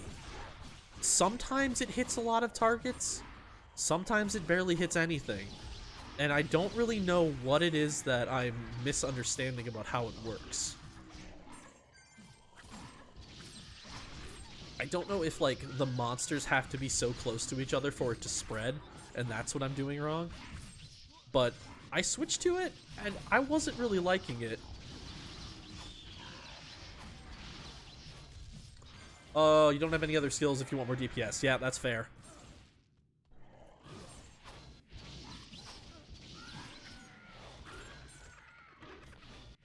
But honestly... Yeah, so I was just gonna go there, Tina. I was like, when it comes to like regular gameplay, I don't even know if it's worth it to use Chain Lightning, because I don't think it does more damage than if you're just gonna continue with DL. But it's still worth it to level up for SOD, if you just want to stick with one build for everything.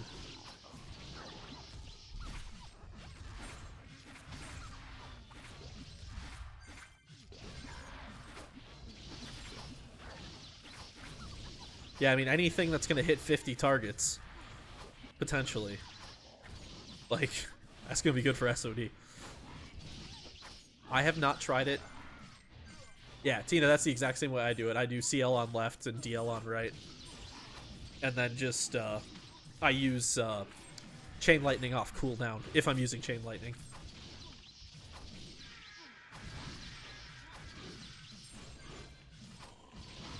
That way you can just watch the cooldown at all times.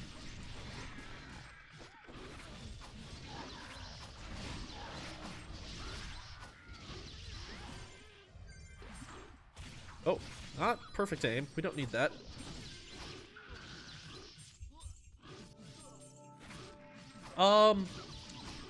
Yeah, 17-second cooldown. I mean, it's... I think if you look at the overall... Tommy, everybody switches their build just for SOD, especially probably on seasonal since it's free. That's like a common thing at high levels.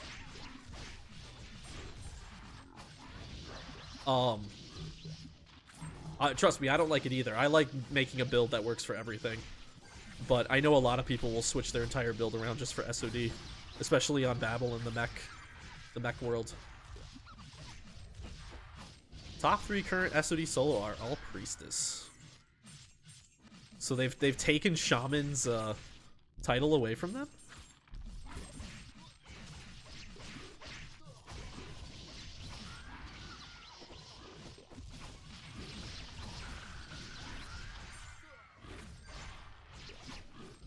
Holy crap. Okay, those are good scores. Wow.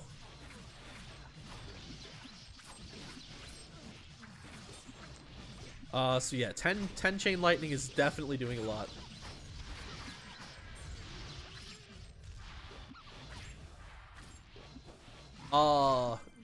I agree, Tommy, but if there's one thing Pristontale needs and is very important for this game, it's gold sinks. If you don't have enough gold sinks in the game, things get out of hand real quick. Aging is a good gold sink, and I think reskilling is also a good gold sink. Certain private servers will just have like insane amounts of gold because they have followed the approach of just like they followed the approach of like, well, people don't want to pay for it, so we're just gonna make it free. And like, sure, that makes people happy in like the short term, but what does it do? It makes gold worthless. So you gotta have your sinks.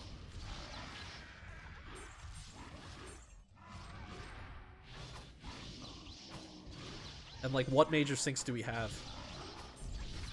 So training the percent back over again. So at the levels where you start doing this, you can get the skill train stones. And they do 30% of your skill for each stone. So you just need 3 stones. And those drop in like ice 2. So it just becomes another thing to farm for. Or you can just be lazy and buy an item for like, money.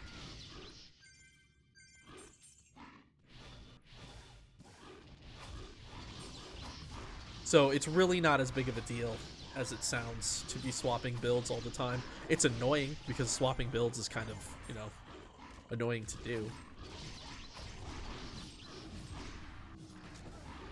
But at 9x, it's not as big of a deal as you'd think.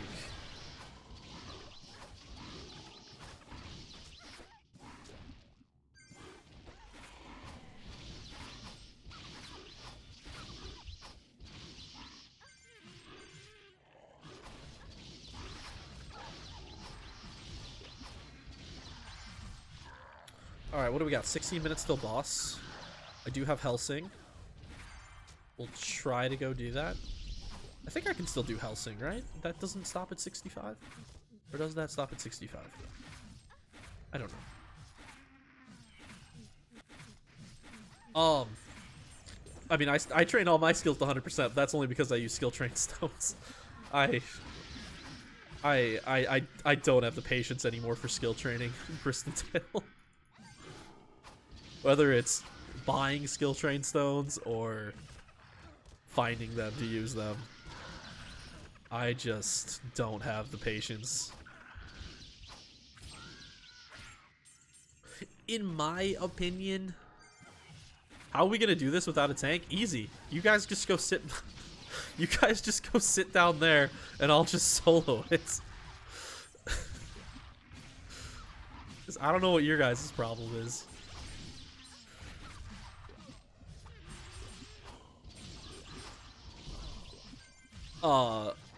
I don't know if skill training should be a thing. I mean, it creates a moneymaker and another item to look for, but like, it's so dumb. It's just an annoyance is all it is. It doesn't make any sense.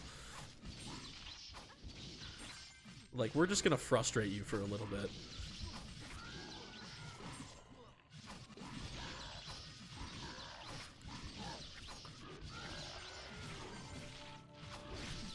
If anything, make it another gold sink. Like, when you talk to Event Girl, you can reset your skills. You can also train up all your skills for a mill or something.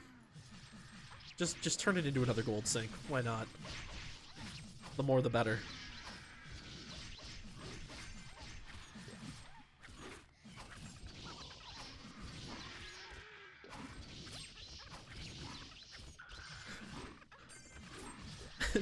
I'm not joking. I am tempted to tell them, just like, if you guys really are having that much trouble, just go stand down there.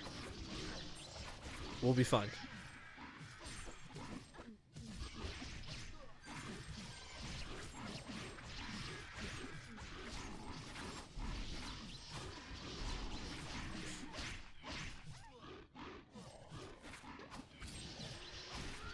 What's my quest doing? Figons 34. Okay.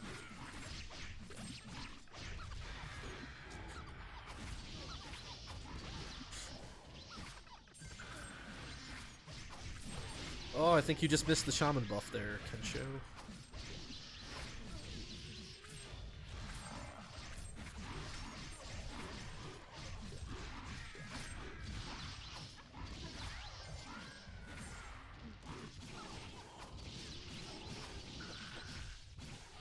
About to make it through this whole playlist. I'm gonna have to...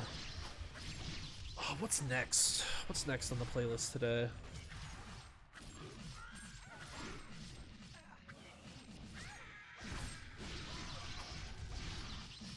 What does being first in SOD solo give again? You get, I believe it's +5 movement speed? It's been a while since I've been in first place. It gives... Wait, Tina, it gives nothing? Oh, are you talking overall, or are you talking by class? Because, yeah, overall gives nothing.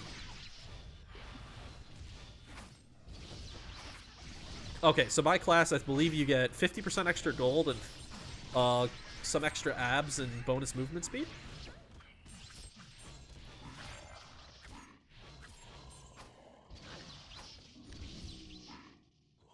It's a nice little buff.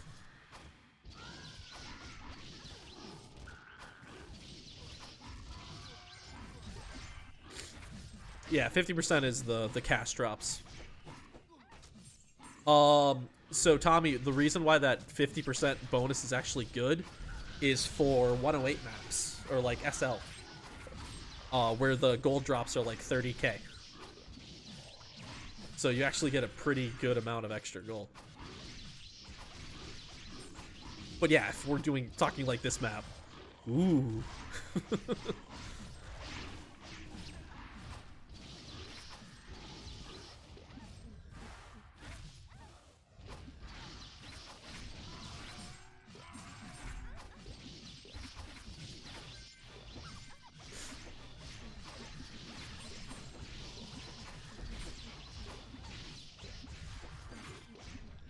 The funny part is like, I feel like if you did actually pick up all the gold, you would probably be surprised at how much it is. It's just, nobody does it. Or at least, I don't know people that do it.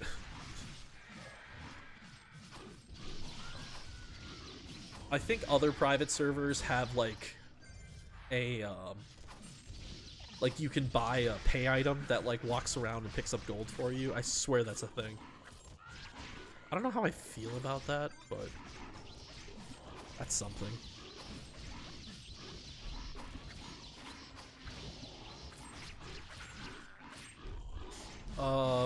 Well, the 5 abs bonus is probably the least important bonus of the SOD bonuses. The 5 speed is actually quite nice, especially if you're a ranged character.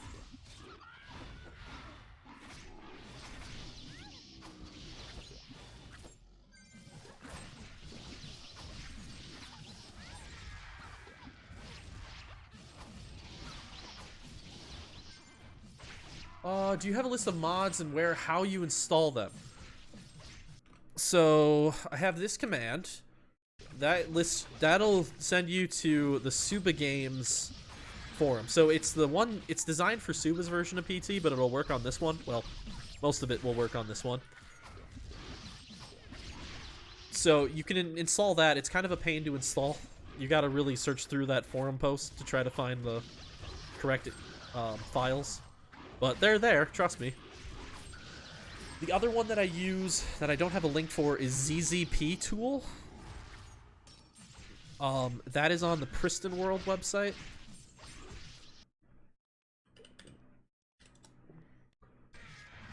I believe that is what it is. So just Google that, you should be able to find it. Getting them to work is kind of a pain. They're really glitchy. Like, you need to make sure you run them as administrator. You need to make sure you've unhidden all the files in your Pristontale directory. And then you need to be careful about only using stuff that actually works in this game, because if you try something that doesn't, it will just fail the tool. So, long story short, getting mods working with those tools is doable. It's just a pain. In terms of other mods, I have my Priestess VL mod and VM mod, and Area of Effect for Priestess mods. They are on the Priestess Discord subsection thing on Pristontale EU. You're just probably gonna have to search for a little bit to find them.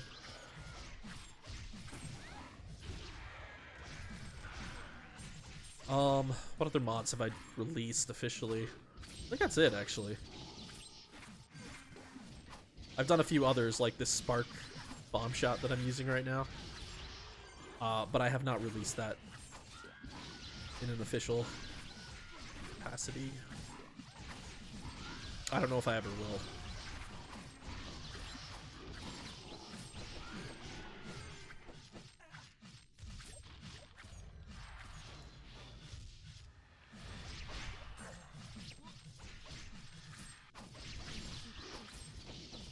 Yeah, no problem.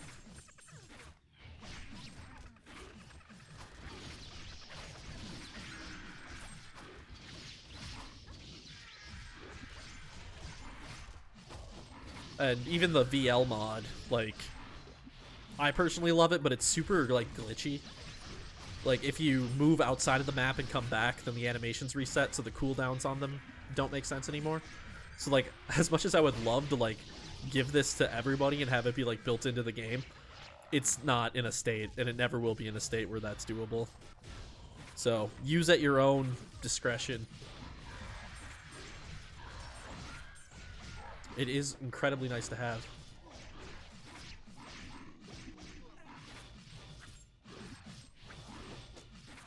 I even suggested just people should auto pick up gold all the time anyway. It would be nice if it was kind of like Diablo, where like just walking by the gold picked it up. Pretty sure that's how it works in Diablo, right? It's been a while. Like with gold, that would be the case, but with nothing else.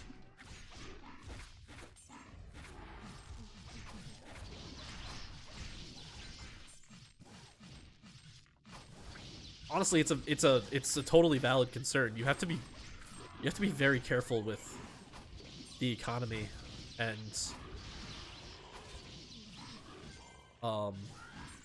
even a small change, even a very small change could cause a lot of issues.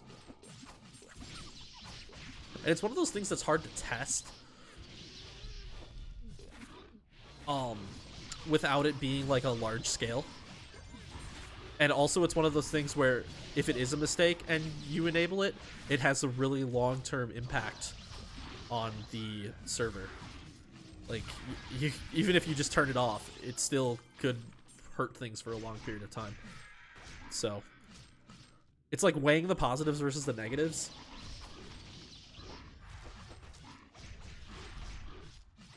And, like, it's probably just not worth it.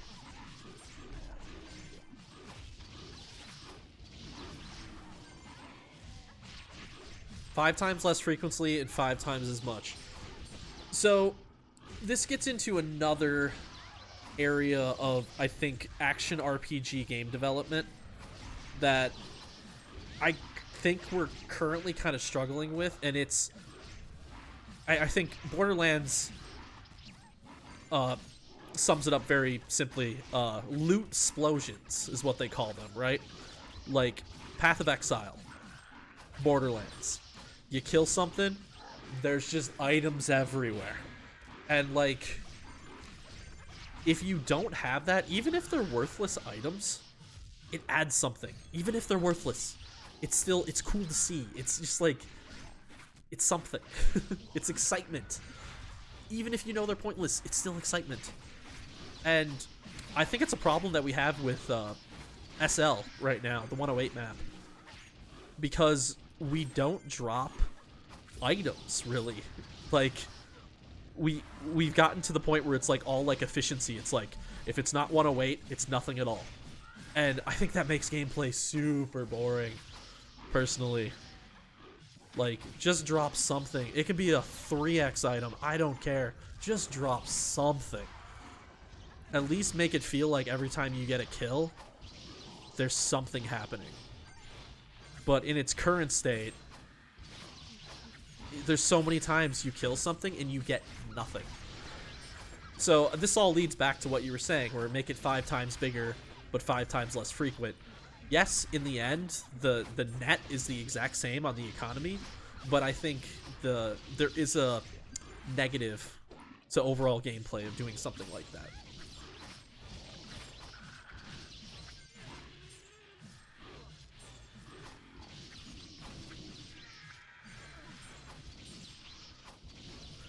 Do I think where it's at right now in the game is the best balance of it? I don't think so. I think you could reduce gold drops like you're saying and increase the amount that they drop to make them feel a little better. But, like, it's one of those things where just don't go too far. It's a balance thing. So much of... Like, I've never put so much thought into game development until coming to Pristontale. Like, even before I became a dev. Like, I've just been thinking about, like, the theories behind game design. And there's so much... It's so much about balance. It's so much about finding that perfect level of what people are willing to put up with. That's how I'd like to put it.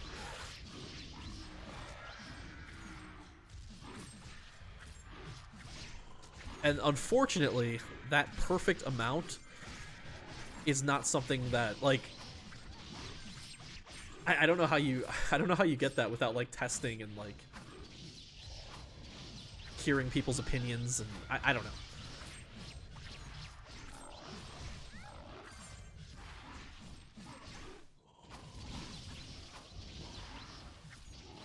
Like, I almost feel like, and maybe this is standard in like top end game design, like in the top studios and stuff, but like you need like a psychologist. You need somebody that like understands the human brain and can like try to come up with methods that really feel the best, I guess. I don't really know how to explain it.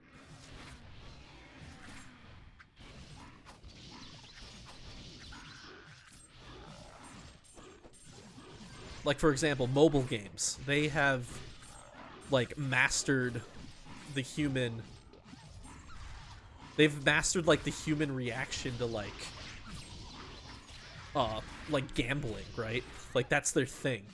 They've, like, basically figured it out how to get humans to just, like, keep spending money. You know, they have the loot boxes that have all the fancy animations and stuff that make it really exciting, and... you know, it just makes you want to spend money. And they've really put a lot of time into, like, that psychological aspect of it. And I think other games could do the same. It's just not as blatantly obvious as a loot box. But anyway, I was on a tangent here. In relation to gold,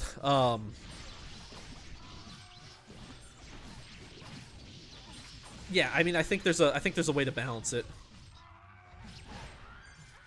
It's just having to figure out that balance is the hard part. Oh, hey, look, a boss. Well, guess I'm not doing Helsing. That's alright.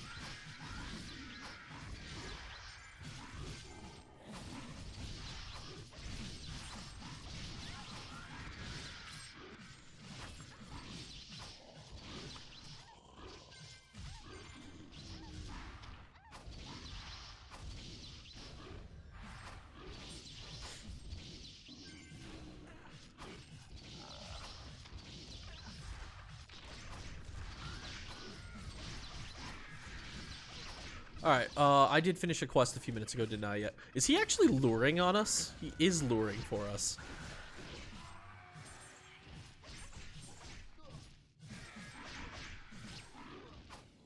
When I was playing this character as solo self-found, the way I started this character, and obviously am no longer doing, I did pick up every gold drop, and I was actually surprised at the amount of gold that I made doing that.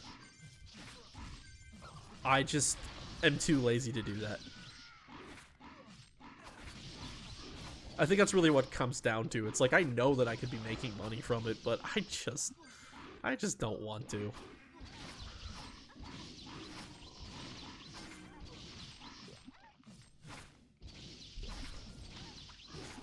They just hide it. So, speaking of hiding, I've actually abandoned using the item filter ever. I'm done. It's too glitchy for me. It's nice to like see things better and have things stand out, but so many times using the item filter, if too many items fall on the ground, all items will disappear. And I'm just sick of dealing with that, so I played PT for a long time without an item filter. I'll just play it without one. It's not a big deal.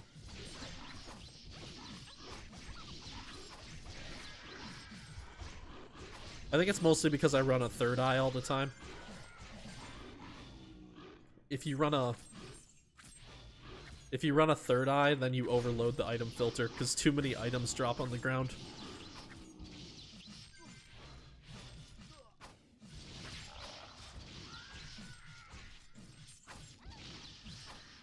And it doesn't matter what settings you have on, just like that glitch will happen regardless if you have the loot filter on.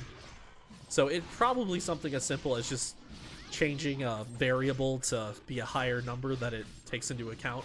But I don't know why it was set to a low number to begin with. There might be an impact on the server of adjusting that, so I would have to talk to Ironfish. I'm assuming he's the one that... Actually, I don't know for sure that he's the one that did anything with that. I actually don't know.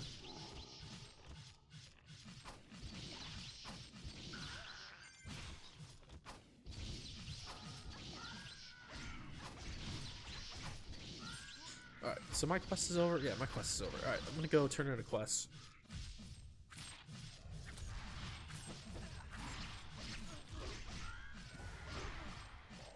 Actually, I might go back to Rick. Yeah, let's go buy a core. And we'll walk back. I mean, I always find Third Eye to be worth it. Even at low levels. I mean, people say it's not worth it at low levels, but I even think it's worth it at low levels. More item drops, just in general. Which, you know, basically doubling your chances of getting stuff when you're leveling up. It's definitely, you know, if you don't have the money for it, don't do it. But it's a nice perk if you have the money. Oh, I need to get that staff. One was for sale in town yesterday, but it was out of my price range. All right, what was I doing here? That's right, warehouse.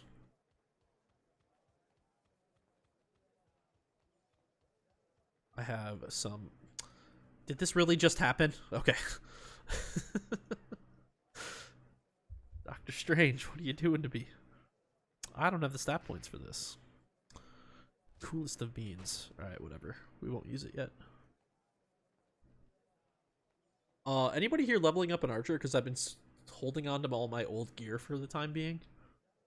And I will gladly give you some archer leveling stuff. Like a divine mixed 100% perfect Sagittarius. That's right. I re-rolled that thing until it was 100% perfect. Because I love the Sagittarius. I totally forgot I had a Chaos Bow too.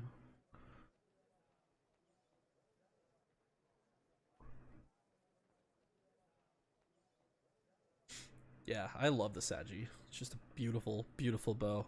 In fact, what we're going to do right now, I am going to go take a very brief break. And you all are going to get to stare at the amazing, amazing... Wait, why is he wearing Season Shop? He's wearing Twitch armor. Who is that? You're going to stare at this amazing bow while I take a break real quick. Alright, be right back.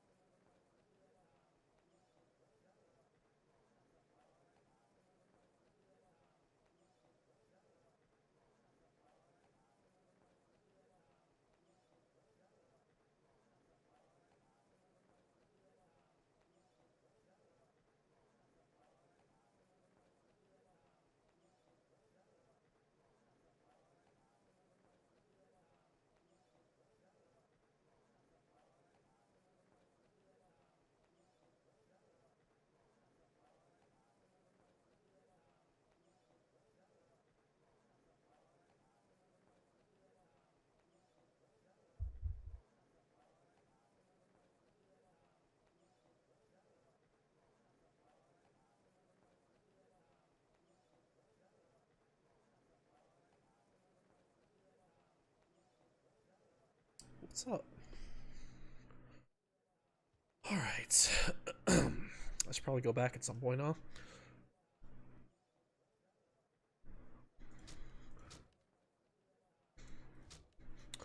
I can wear my Twitch armor. What am I wearing? No, I want my soccer suit. Oh, man.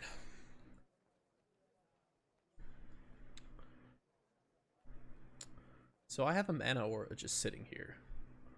And an MP down. Guess I'll just use those.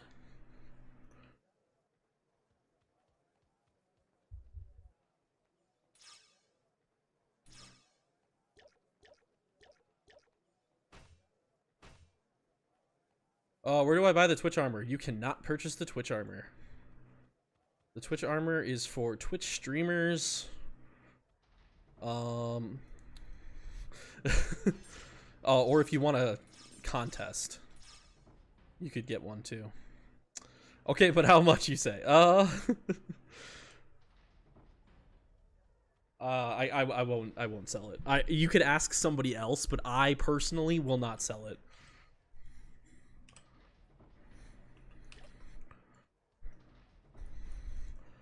It is tradable, I'm pretty sure. It's just that for myself,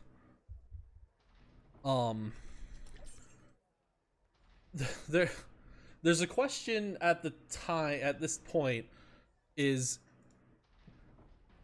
if you've gotten one of those armors, can you get another one? And I don't know if we have an answer to that question just yet. I would like to add the ability for you to be able to rebuy it for the amount of in-game currency that it would cost. So, like, the first one you get is free. Everything else from that, you just have to spend... Sorry, not in-game currency. You'd have to spend real money to buy other specs, essentially. That is how I want it to work. But it doesn't work that way. So, for my characters, I have given myself another one.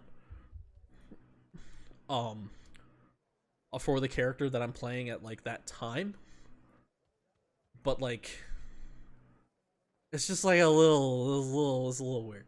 So, like, no, I won't sell any of mine, because then it's profiting off something that's kind of like, eh.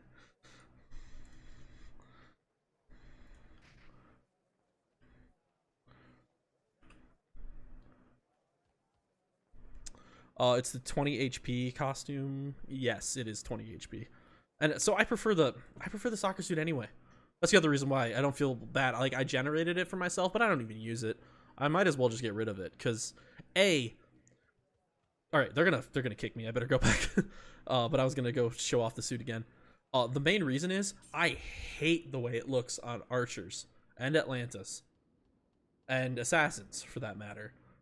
I am really not a fan of this, like, super sexy style that certain armors, especially costumes, do for characters.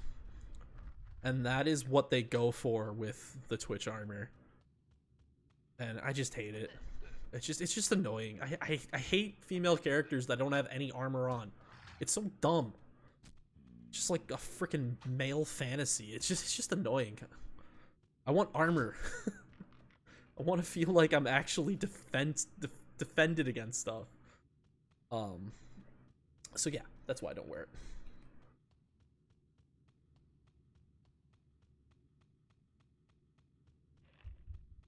So I'll wear my soccer suit because I'm a big soccer fan and I modded it to be my local team, Minnesota United.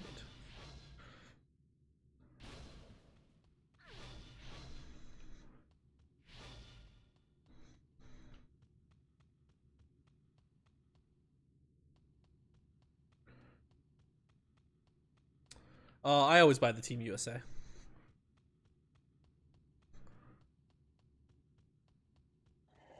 Especially by the Team USA if you're the women's, because best women's soccer team in the world right there.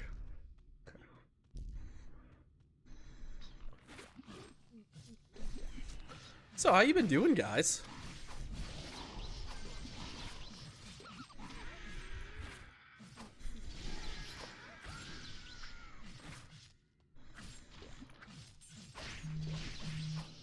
Buzz buzz. Why is my phone buzzing? Not supposed to do that. Okay. A lot of people buy the Dutch one, it seems. The Dutch. So that's actually my second favorite national team for no particular reason at all. I just wanted to pick another national team to like cheer for from time to time. I'm like, yeah, I'll go with them. So like, I actually have a Dutch soccer scarf that I picked up in the Netherlands, that I have up on my wall. And I have a couple shirts, for the Dutch national team.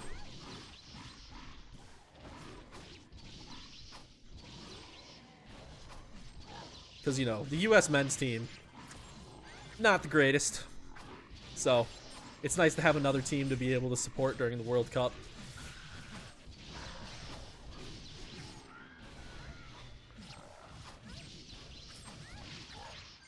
Because, in all honesty, you know, U.S. is probably going to be out by either the group stage. Well, they didn't even make it to the last World Cup. Shh, don't even. Ugh. That was the first time in my entire life that they hadn't made it to the World Cup. It was so disappointing. God, the day they lost that game, it was painful. Like, there's not much of a soccer culture in America in general, but people still really rally behind the national team.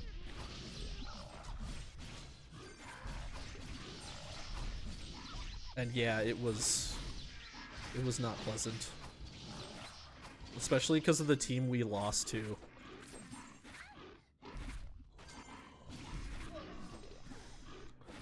Soccer seems to be considered for kids here. Yeah, it is. So, you know what? That's like what it used to be. Things are really quickly changing around here, in terms of soccer. There's a lot more teams. It's becoming very, very much more liked in the country. It also depends on what region you're from. The men's team? I think the men's team is just kind of like, right now. Women's team, though, is amazing.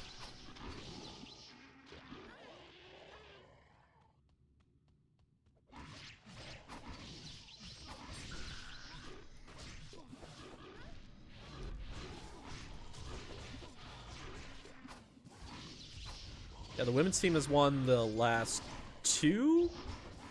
Have they won 3 World Cups in a row, or 2? I know 2 in a row for sure. I don't think it's 3 in a row.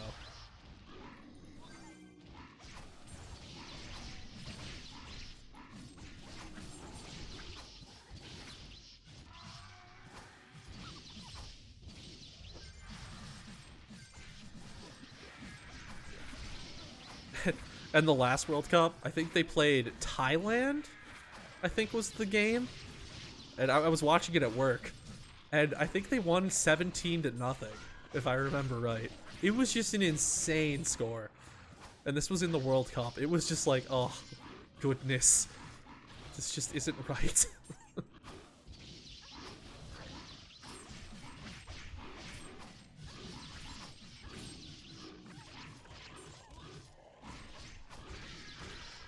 Yeah, it was a whooping of a game.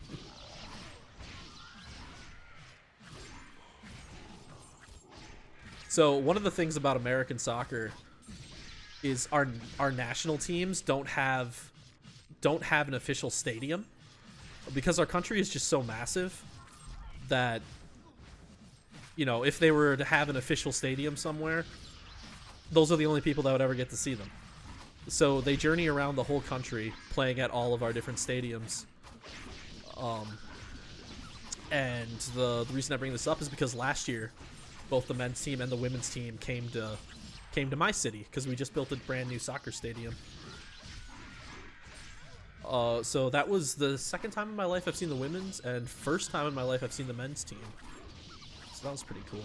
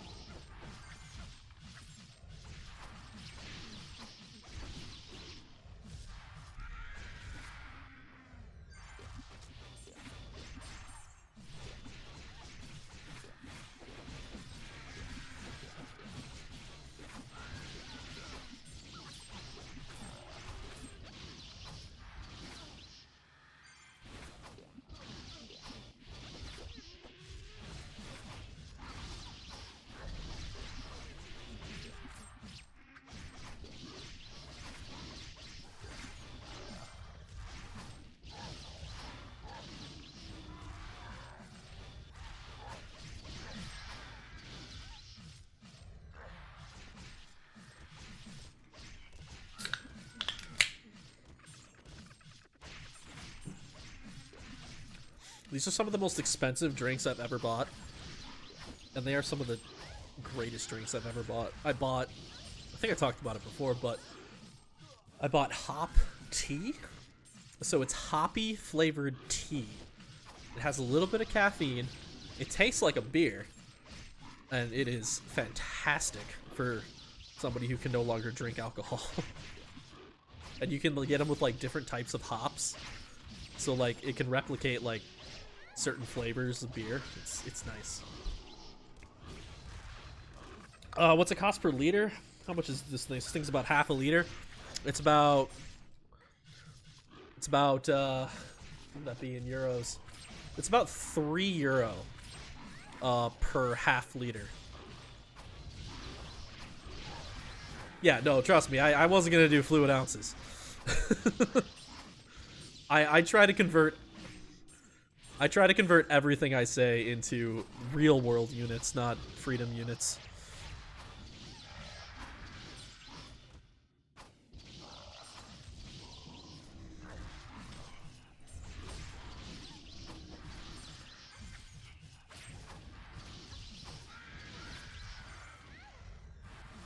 Freedom units is cool. I got Google right here. So my problem is I don't like them. I don't like the American system. So like, I try not to use it if I can avoid it. Like my phone is set to Celsius. My phone is a 24-hour clock. My work is all done in metric. Like, I just try to use as much metric as I can in my life. It's so complicated for like no reason. Yes, it is. It's so... Oh, trust me. Trust me, I know. I went to school for architecture. I currently work in engineering, but I went to school for architecture. And in the architectural world, everything is in inches and feet. And it is so unbelievably annoying to work with. It is so stupid. And architects, for whatever dumb reason, refuse to switch to metric.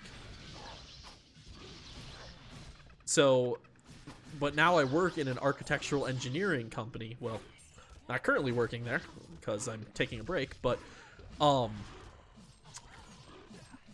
way we do things is we take the architect's dimensions that are in imperial, and then we transfer them all over to metric. It's so dumb.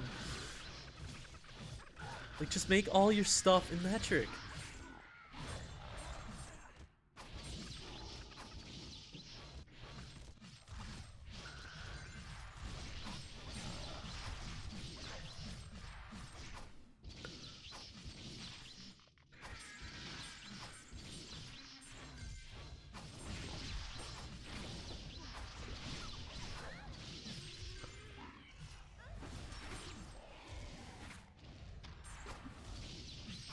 So in the US, metric is the official unit of measurement. It has been since, like, I don't know, the 60s or the 70s. But it's not enforced. I think is what it is. It's the official measurement of like trade of I don't know. So we can operate with the rest of the world, right? But it's still we still use imperial on like all of our road signs, and they're still imperial like everywhere. Despite the fact that we're officially a metric country. It's weird. It also depends on like what area in the country you're in, too.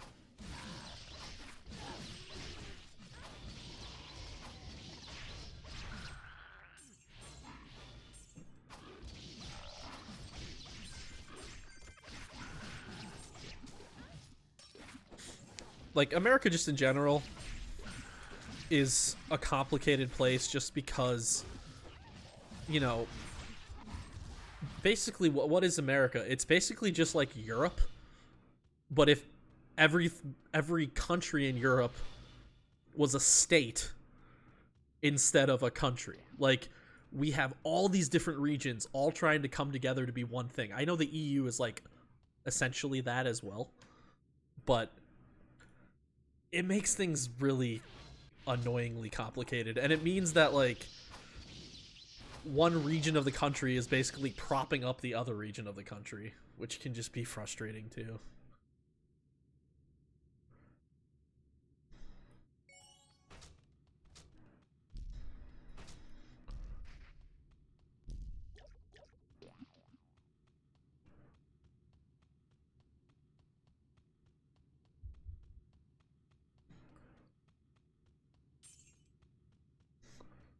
One half blue, one half red. I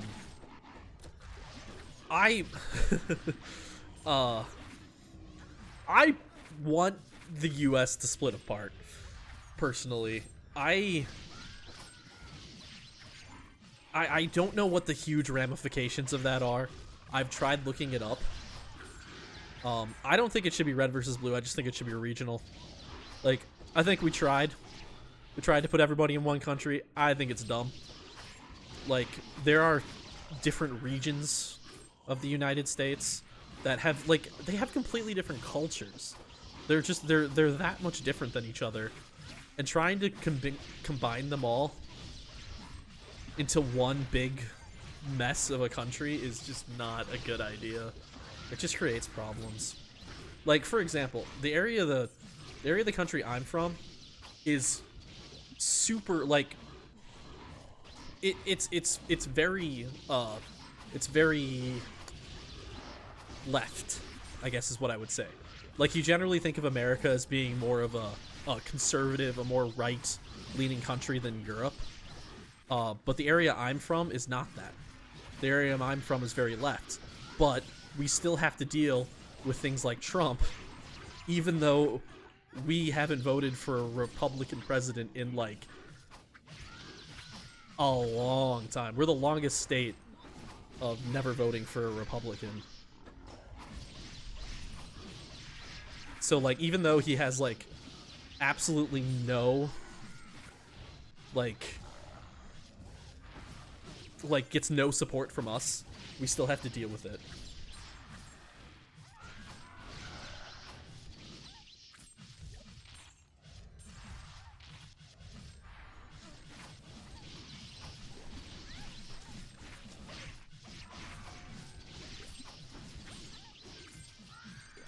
Yeah, I mean, I don't know what the ramifications would be. I don't know. So what's already happening right now? Boy, this is a tangent I didn't expect to get on. Because leadership has been so poor during the pandemic, states have formed coalitions basically with each other to do things that the federal government should have been taking care of during the pandemic, but aren't doing it.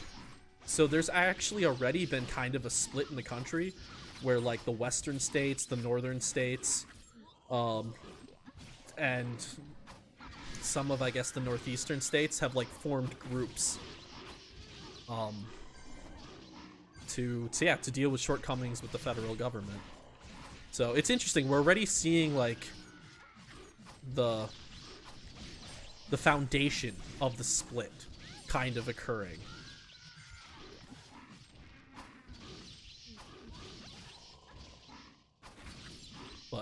Would it be peaceful? Probably not.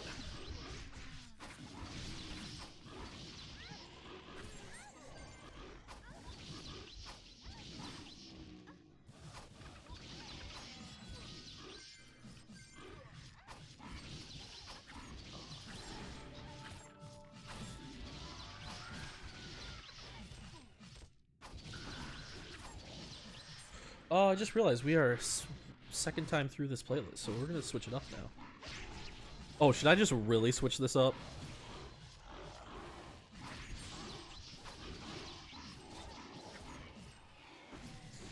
We're gonna go with this playlist. This is a pretty interesting playlist.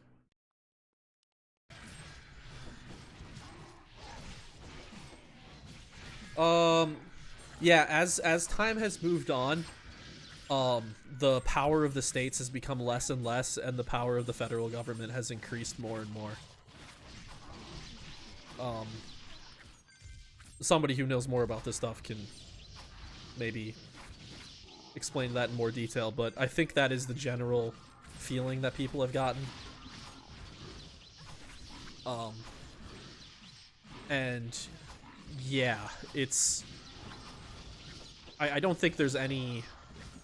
I don't think that's a partisan issue. I think having more rights as a state is a good thing regardless, since more regional. But one party loves to complain about state rights, and the other one is just like, you know, there's other things to worry about.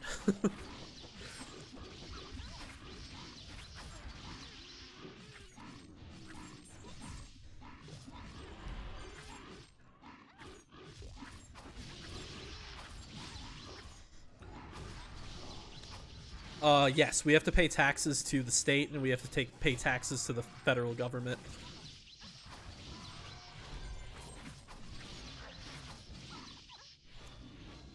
Every time you do taxes, you gotta go through the whole process twice, essentially.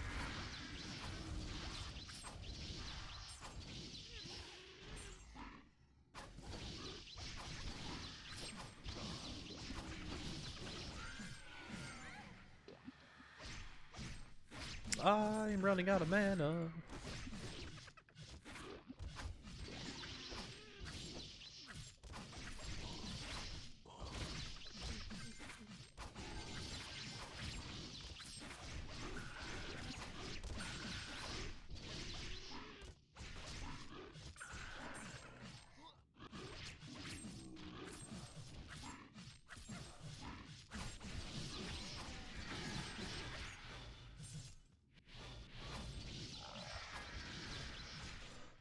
So yeah, this all leads into the big thing that's happening on Tuesday. It's gonna be... You don't have to do your taxes, it's automatic. Yeah, it's complete BS that we even have to do anything. Yeah, oh, here's the great part about that, Tommy. So, I don't know if it's the same way for you guys, but stores who have to pay the tax, stores basically shift their taxes to the customer. So you're paying the store's taxes. It's so dumb. It's just people are so greedy. So yeah, you're like paying taxes sometimes like 4 times on the same item. It's ridiculous. But here's the BS that is America.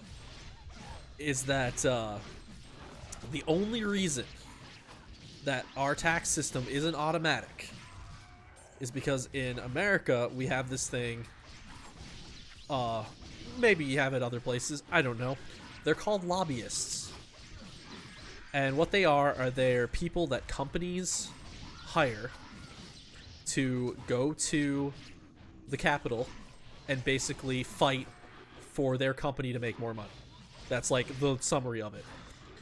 So the reason why we don't have automatic tax systems here in America is because the lobbyists for the tax preparation companies have fought for ages to not have a good feature like that because it would put them out of business. So there's a lot of things of America where we are actually doing things worse just so that we can keep something in business that is obsolete. It is the dumbest thing. And it happens so many times. Yeah,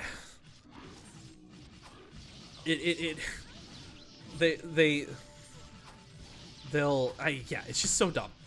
Like, just because they're going to become obsolete, they'll fight to stay alive. There is nothing based on logic in this country. It's all based on greed. It's all based on greed and whoever can make the most money out of what. It's the stupidest system. If you can't tell, I'm trying to get out of this country. I hate the country I live in. I really do. It's just a bunch of greedy people. There's no way, like health insurance is ridiculous. I pay thousands upon thousands of dollars in health insurance every single year. And I still have to pay thousands and thousands of dollars out of pocket. Like, I have no savings. I mean, I'm not good with my money to begin with, but, like, I have no savings because I have to spend so much money on health insurance. And so many people in this country suffer from that same exact thing. Like, this whole country is just based around the idea of robbing you of every single thing that you have. Anyway, this is a tangent. I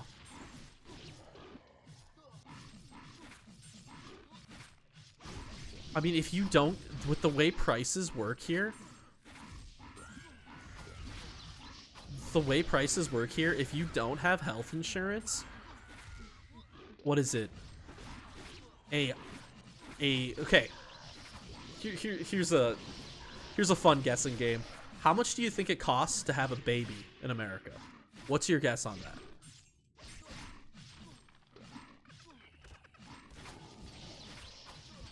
Keep in mind, I'm asking this question with insurance.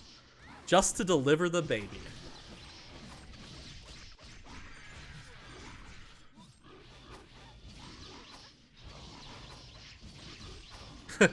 More. It's like $10,000 to have a kid. And that's with insurance. If I remember right. It might not be with insurance. I've never had a kid. It might be without insurance. I gotta look this up again. But like, it's insane. Okay, let's do this. Like, an ambulance ride is like a couple grand. Just prices here are insane for healthcare stuff. I'm gonna look this up real quick because I might be wrong.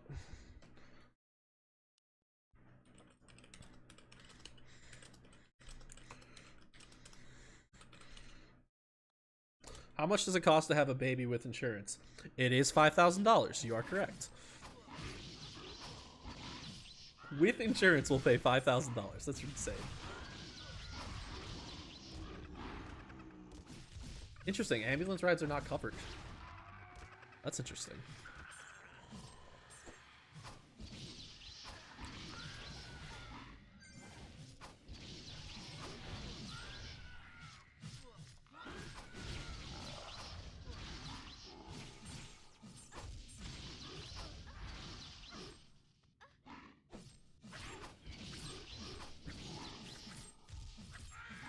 Yeah, so for me, I have to pay for...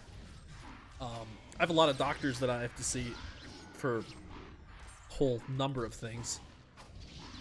And that adds up to a ton of money. And the medications I have to take... One of my medications, which I get once a month, can cost me up to $1,000. If I didn't have insurance, it would cost me $1,000.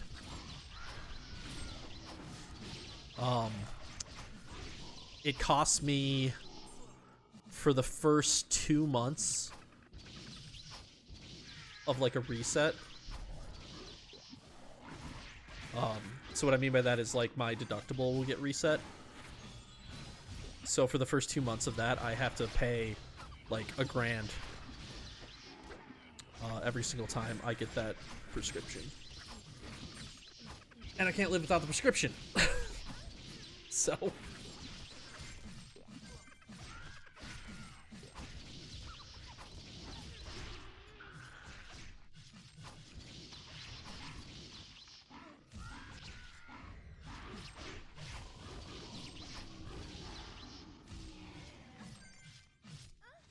Oh, where would I move? I put in a...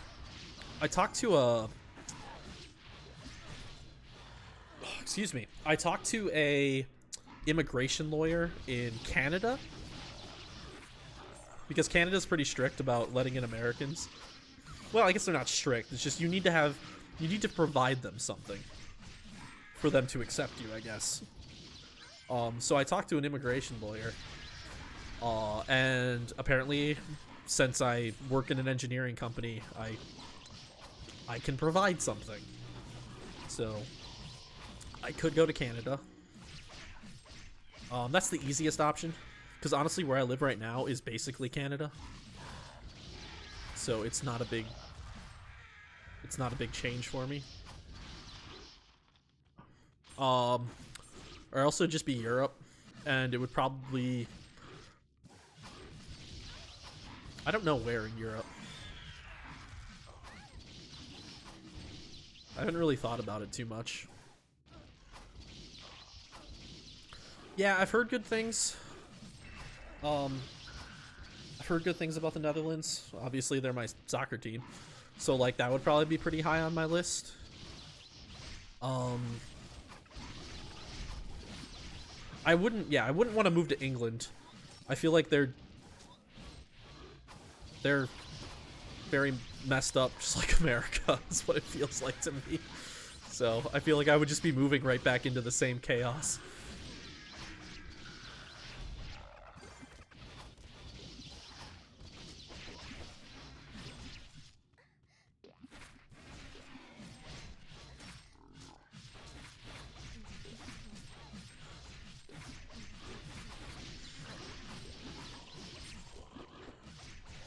My company has an office in the Netherlands. I wish I could remember what city that's in. I'm gonna look this up real quick.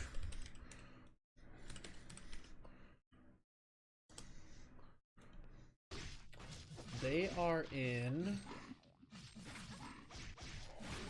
Middelburg. Where's Middelburg?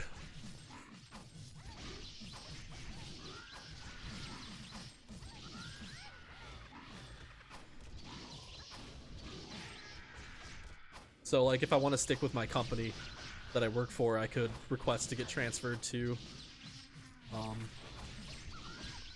the Dutch version of my company.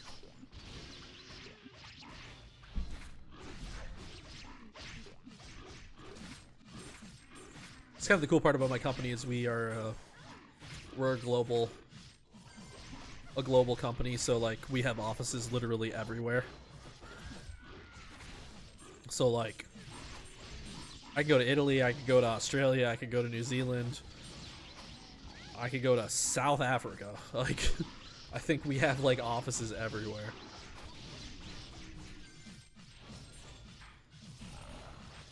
And they're pretty good about letting people like shift between them if they want.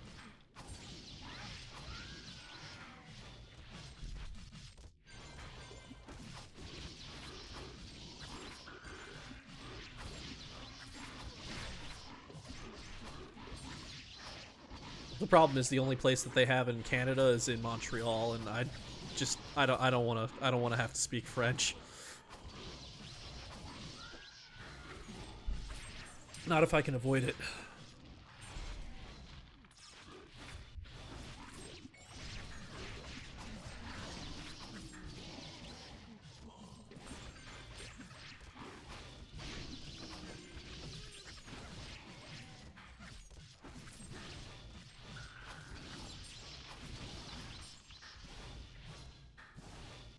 Yeah. Yeah, they're really strict about it. So yeah, I just don't want to deal with that.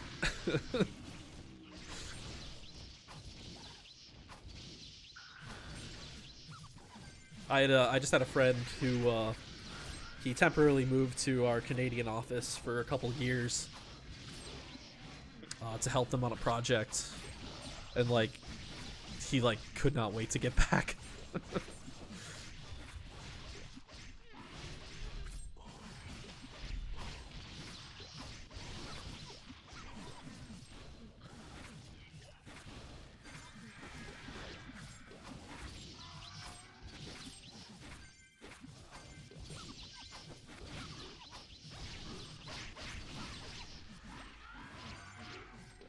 If I moved to Canada, I'd probably move to like Vancouver.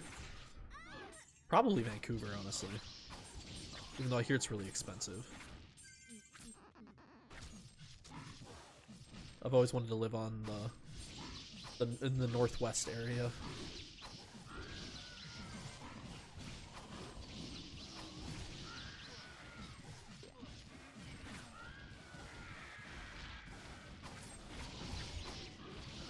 Well, I've officially run out of mana.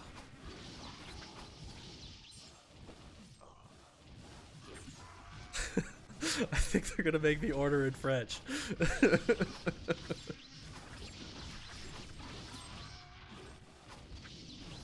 I wouldn't even know where to begin if I had to order in French. I feel like I learned how to count in French at one point, and that's about the extent of my French knowledge.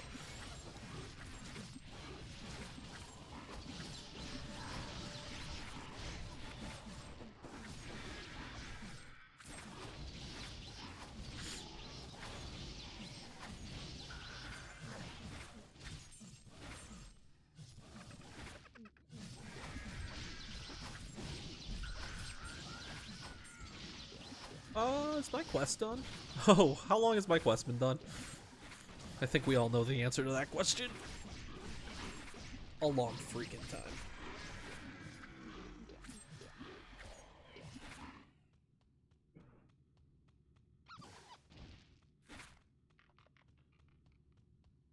Man, it's almost been 3 hours already. Probably gonna go for quite a bit today. I don't really feel like stopping. I am done with quests here. Oh, I didn't do party quest. Alright, good. Now I can actually do that.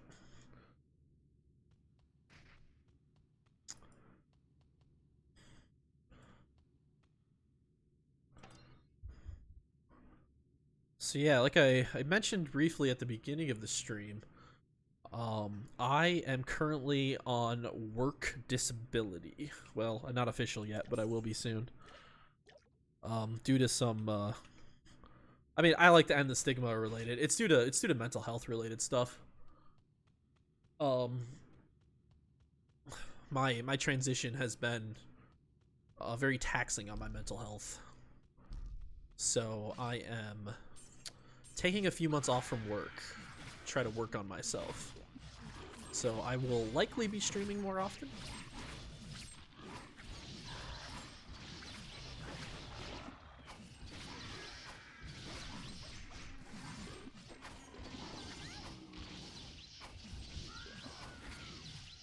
And probably at earlier points in the day.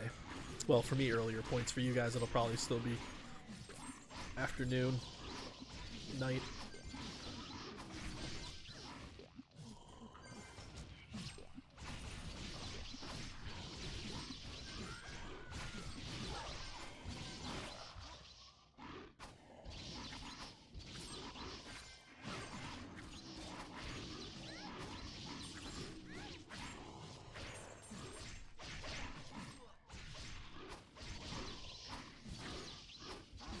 You get some of these lanterns open, huh?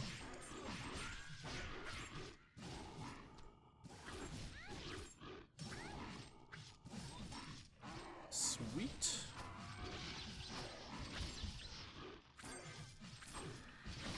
Alright, so I'll finish this quest, and then I'm gonna head to DS. And so be it. If I can't get a party, we'll just solo.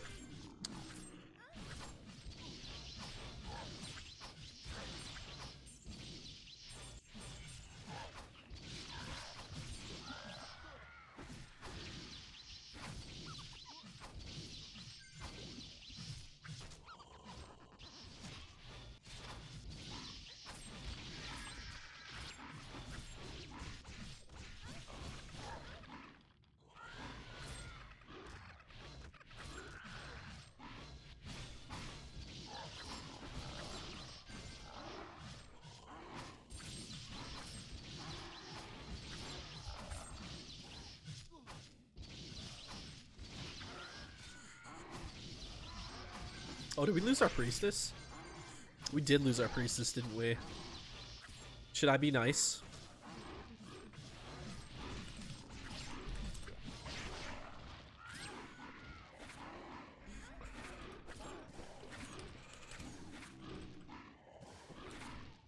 I'll be nice.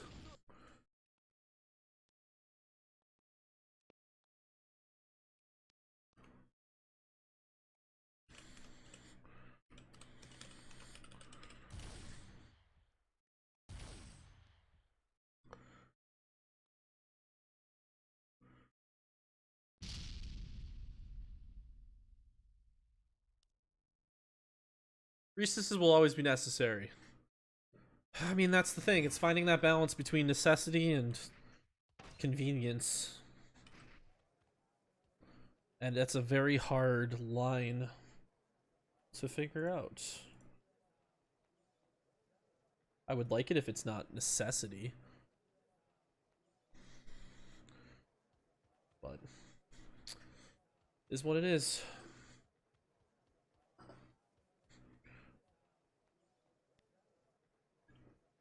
Actually, let me do double screen. 1 second here. I'll let you guys watch what I'm doing on the priestess screen. I just need to set this up.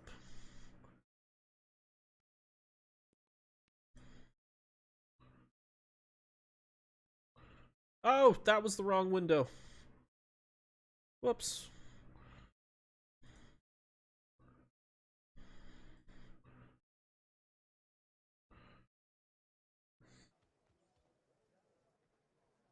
Why? Why is it doing that? Huh. That's weird. Alright, well, it's gonna look a little weird because it's not working perfectly, but... anyway. There we go. Priestess is back.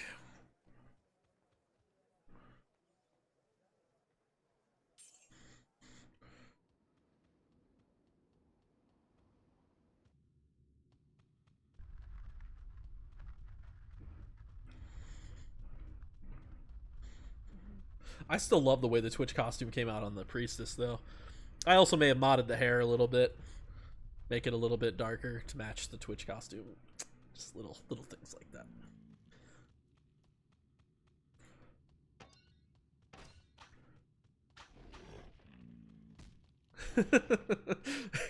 You're right. I think that was like the last time I was on Nurse Joy.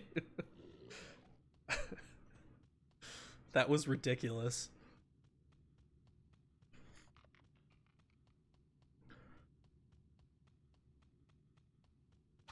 It was like the time I was aging something, and I got like 3+2s almost in a row, and I was just like, guys, I swear I'm not doing anything. This is just dumb luck right now.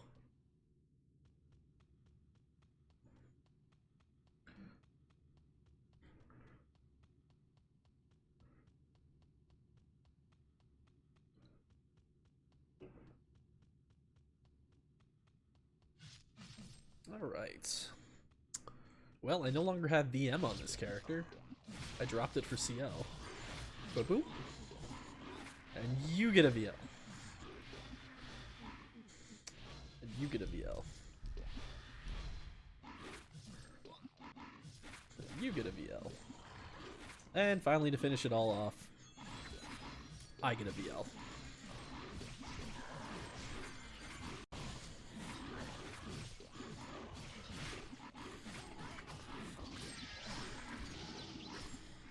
Oh my god, what is up with my mouse?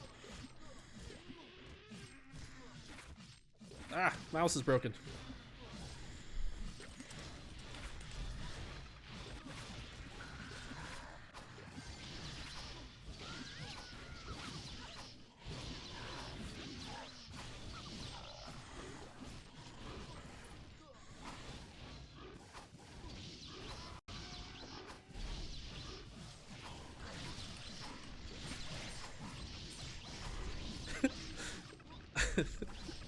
Ask me if I run 2 clients.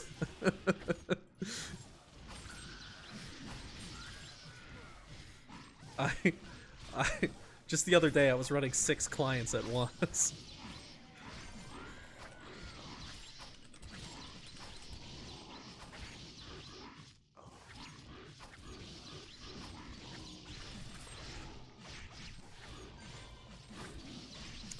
How much do second and first place get? I think I got third place. Has to be.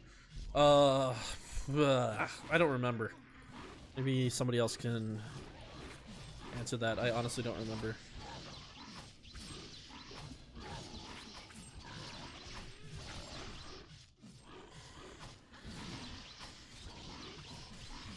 Oh boy, you could.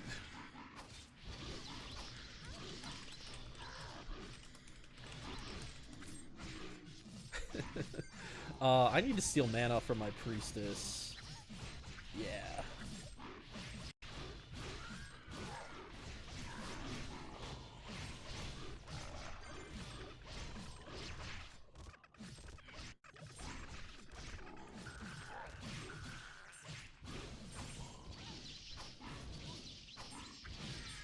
You have perma first place. Nice.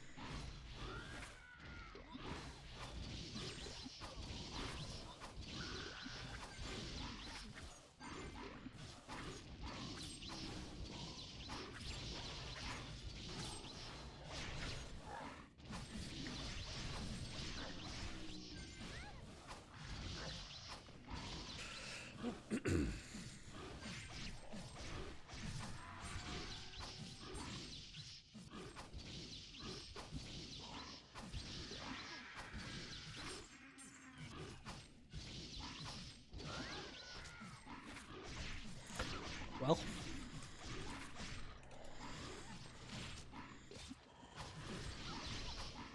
It's not a lie. My highest character is a 108. I just bought it.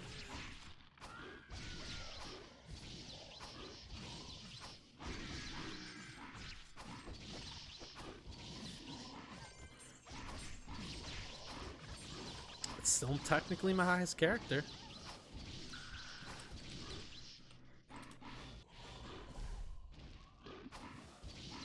Pay to win.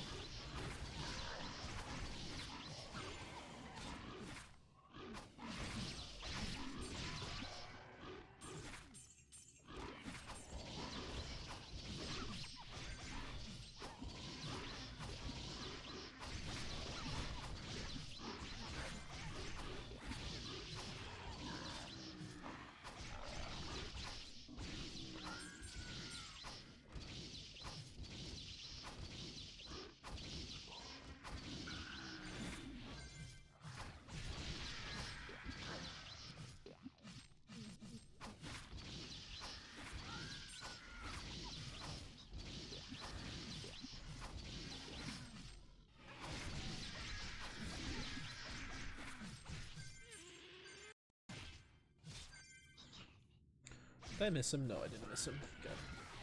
We'll just put you over here.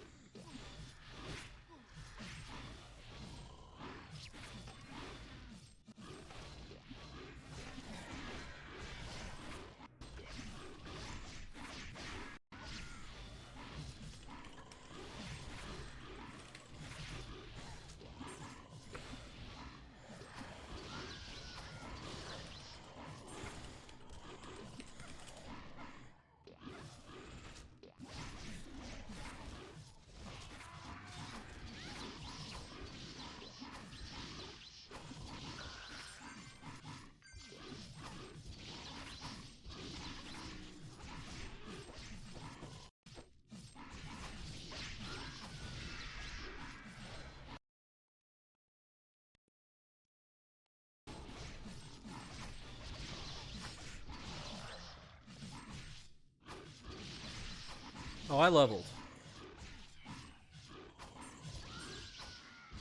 Didn't even realize it.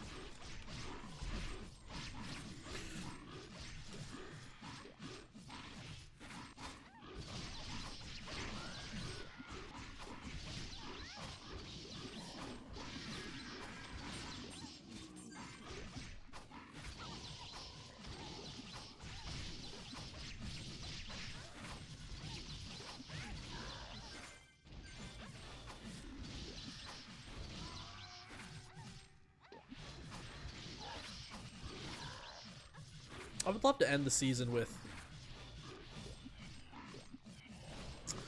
Oh, hey, we're at boss quest again. Didn't even notice. Are we all 65? We are not all 65.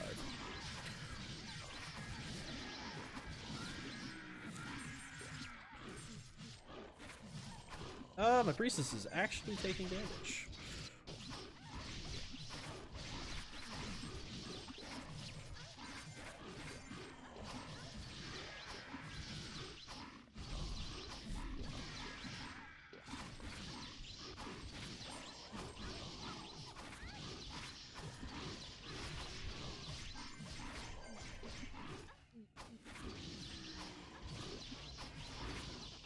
But I would like to get to the point by the end of the season. It'd be nice if I could get the archer to 9x. I just started playing it a lot again. Because I would like to have an archer that's 9x of my own instead of one that's bought.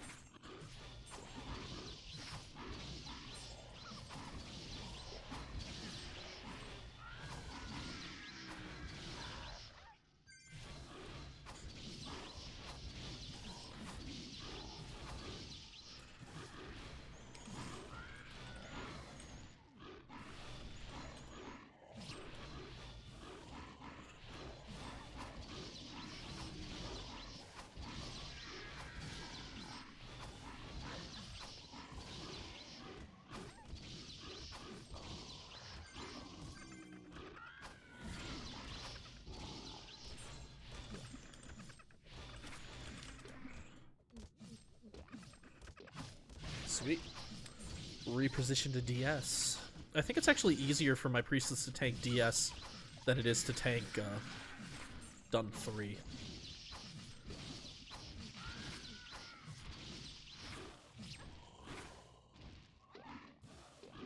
Dun 3 just has such high damage monsters.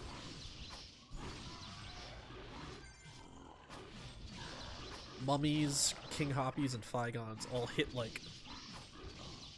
he dinked. Ah.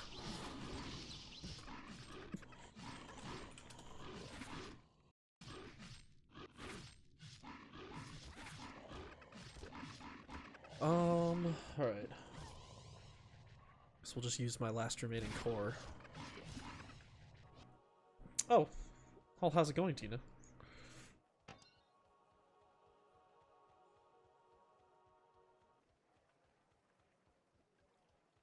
Everywhere I go, you are.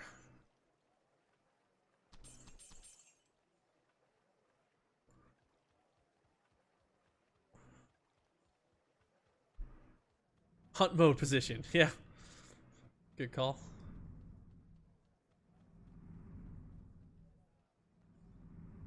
Beehive.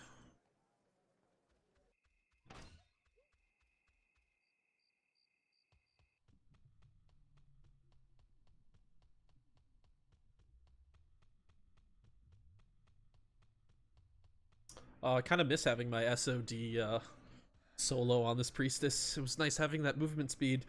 I'm gonna go on Gonna guess that I can no longer compete with the top people. Just a wild guess on that one.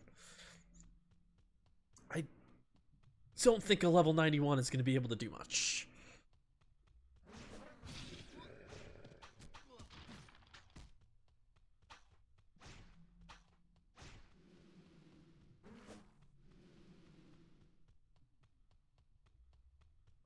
Do I have a core to Nurse Joy?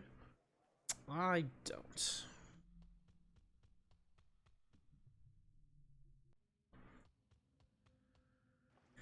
Alright, let's see what we got here. We have nobody. We'll try to get this dude join our party.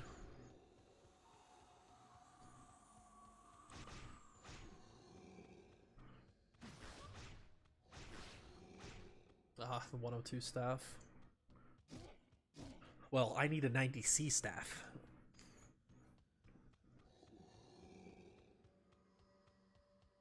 I can just TP to Pike. Wait, is that the same person?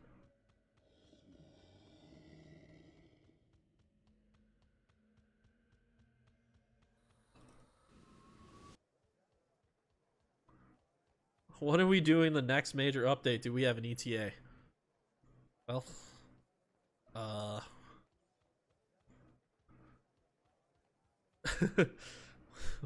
well, we're currently down a developer for personal reasons, so I cannot say when anything will happen. Yep, my priestess can tank DSHS with just VL. That's cool.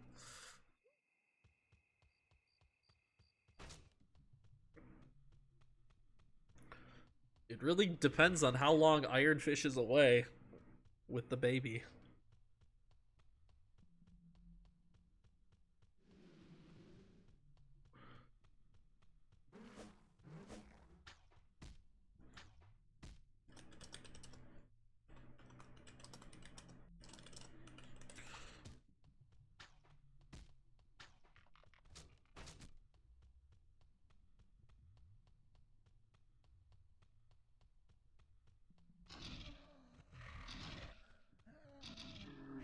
I wonder what level this guy is. 6x? I'll invite that dude as I run by him. The fighter. You know what? Before we start this might be risky with my priestess being AFK, but 1 second, I'll be right back.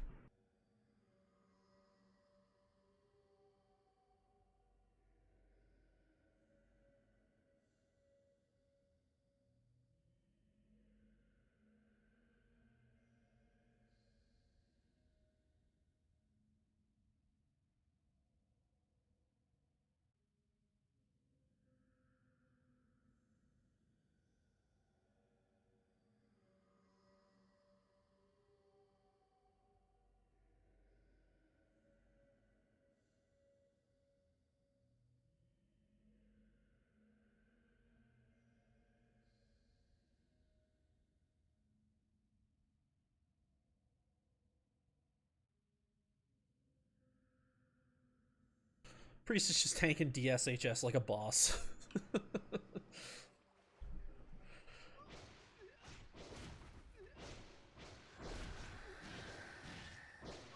Level difference. Level difference? What are you still doing here, bud? Go to CT2. It's not worth it, trust me.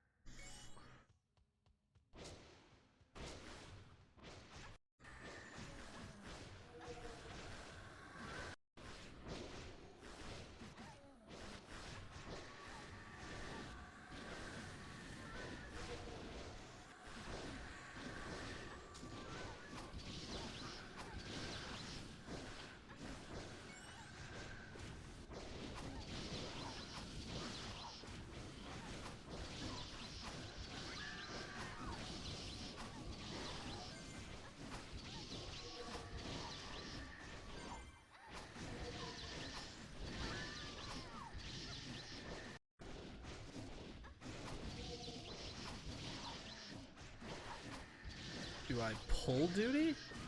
Just kill things, dude.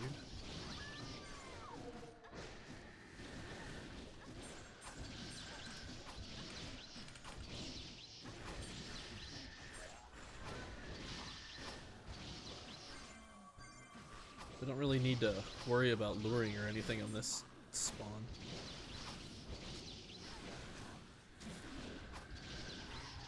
The biggest concern is just make sure that I constantly am putting DL or VL on my priestess and not forgetting about that.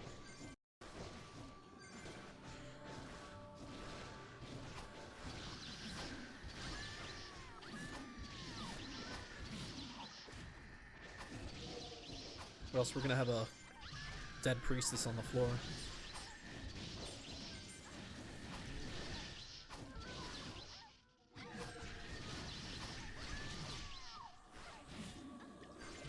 Speaking of which...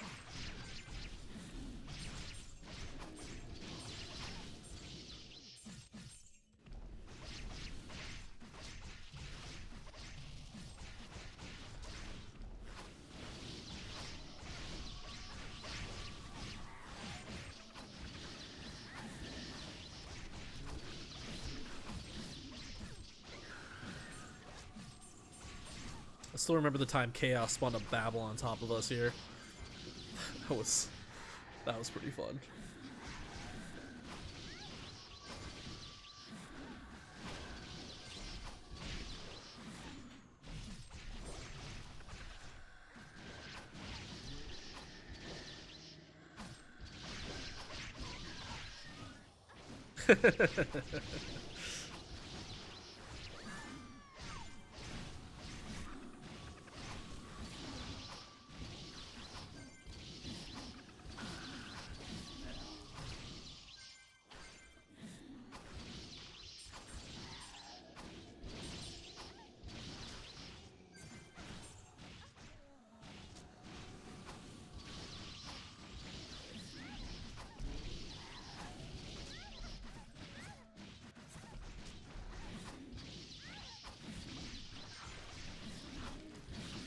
Wish we could,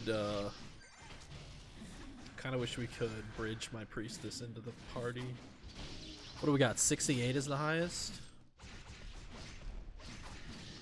We're getting close to the point where we only need one person for a bridge. Not that I want to just level up my priestess with my archer, but, you know, there are times when you know, you've played enough. Switch it up for a little bit.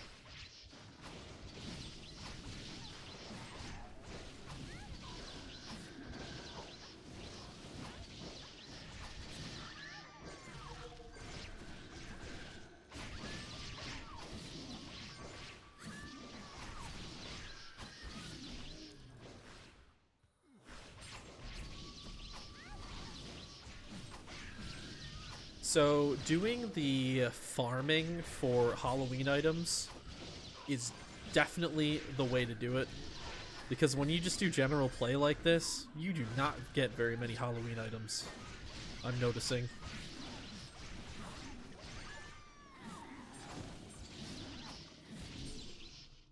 So definitely, if you want items, do a farm. Ah, whoops.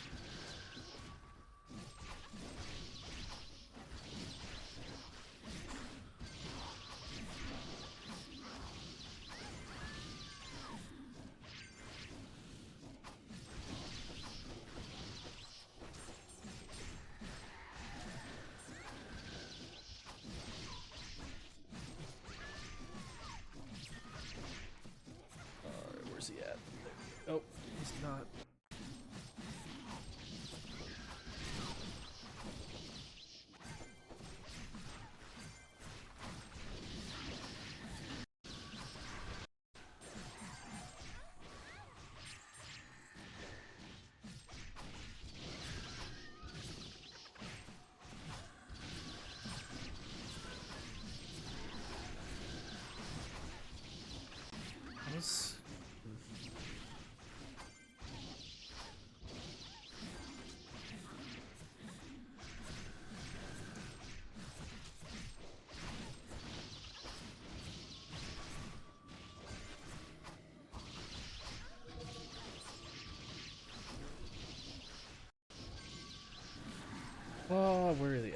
There they are. Okay. What I should do on this character? What if this is like a viable... Just go like straight up and down. So this is actually how I do SOD now. As weird as this is, I just put my camera straight down.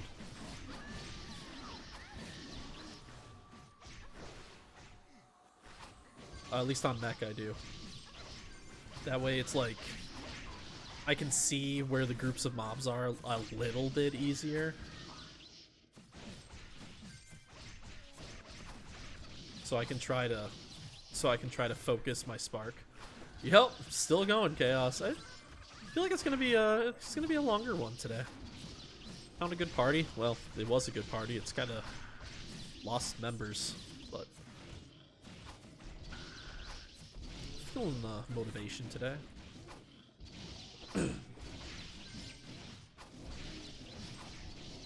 Got to get this archer up to 7x at least.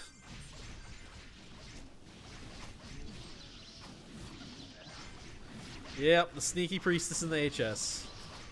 More of a shifty priestess, if I had to say.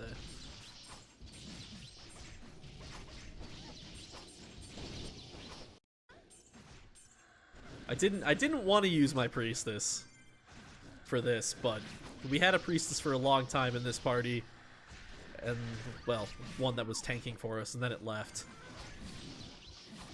So I thought I'd help out.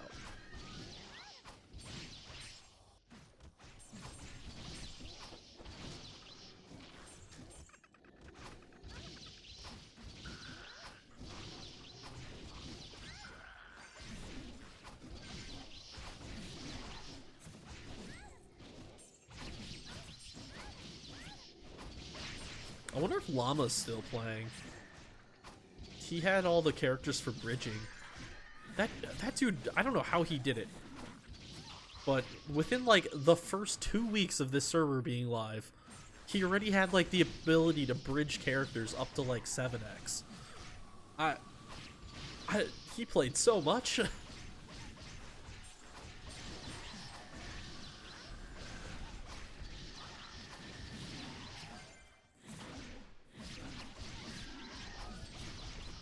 He's the one who had all those characters. Or no, wait, was that Llama?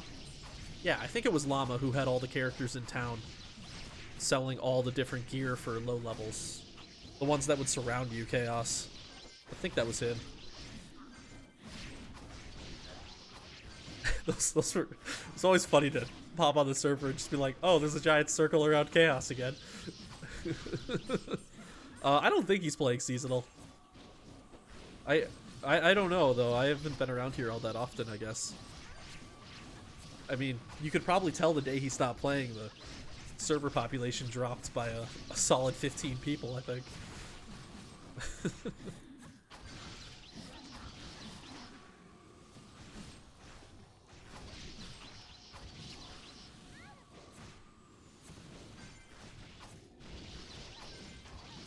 Alright, 200.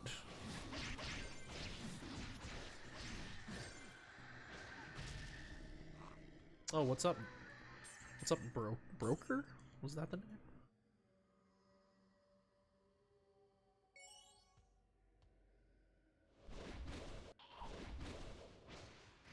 Do I need pots? I do not need pots.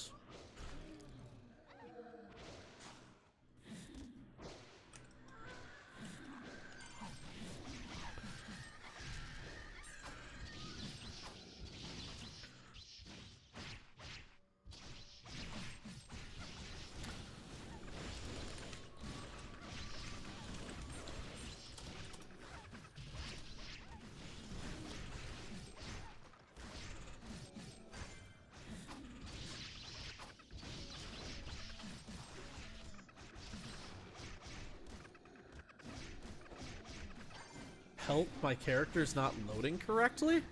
Wait, what? Oh, I need to throw down the...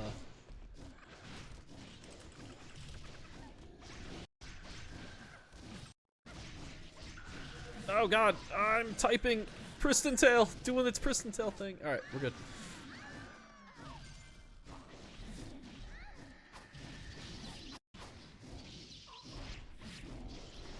We're all good. Oh, okay.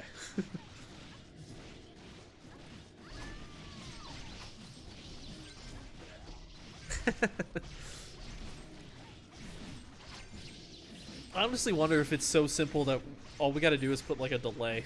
You can't, you just like, there's just no mouse movement for like 2 seconds. That's all we'd have to do, I feel.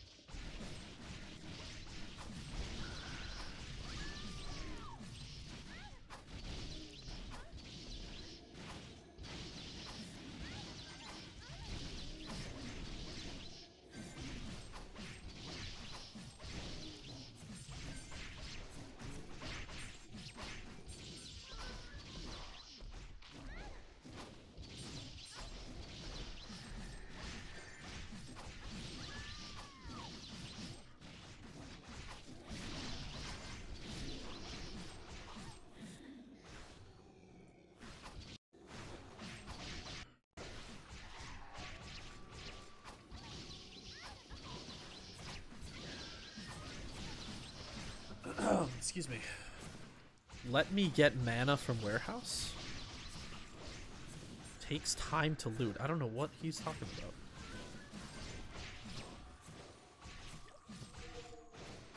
We playing that efficiently?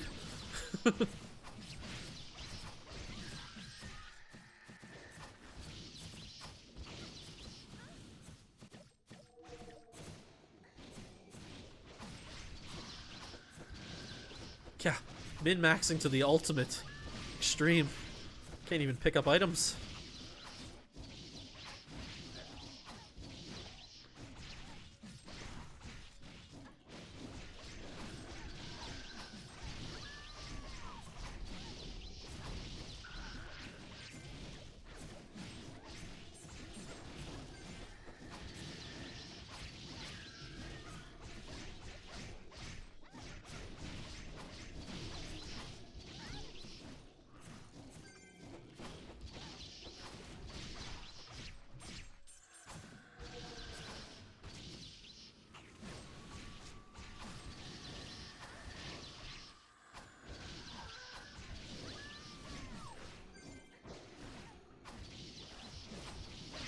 Oh, I'm starting to think all the caffeine I had is actually starting to lose it. Or I'm starting to lose it now. Whew. It overcame my lack of sleep for a little while there.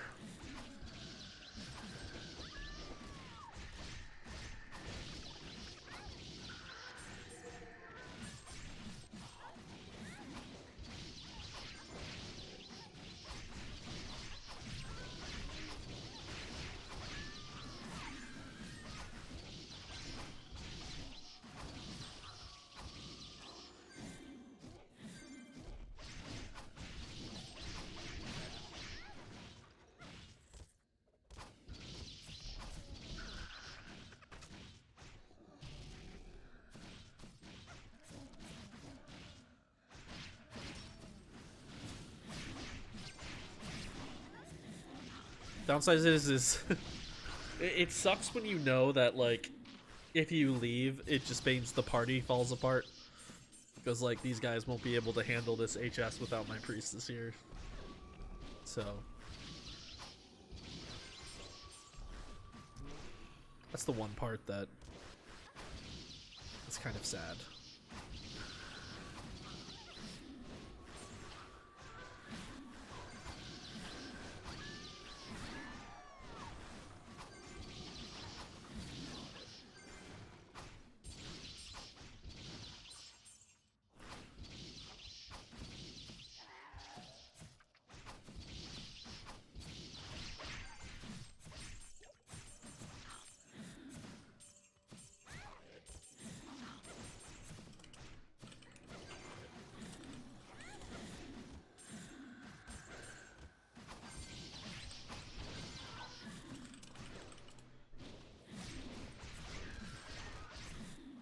Did I pick up cores? I did pick up cores, okay.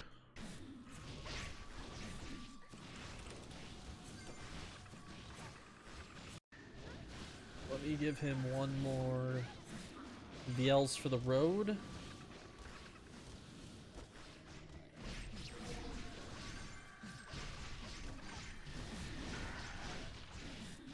Come on, there we go. Okay.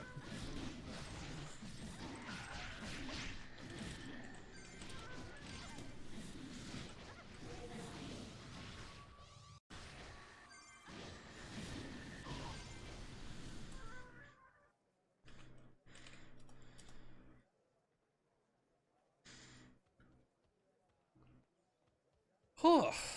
Alright, let's check some shops for a little bit, huh? I got sleepy quick here. Looking for a 90C staff. 90C staff. Or 90C robe too, but not for 22 million.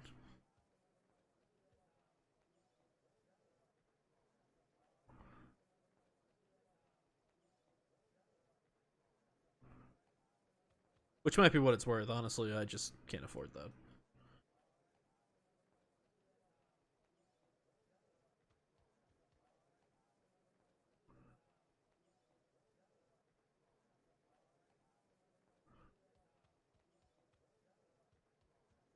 Oh, you put all your shops here. That's risky. There's a spot right here where you'll get stuck and you can't move anymore. Alright.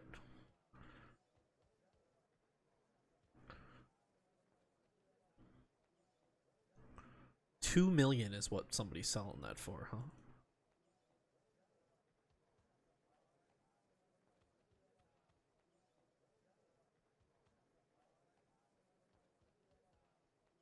Uh, 9x85. No.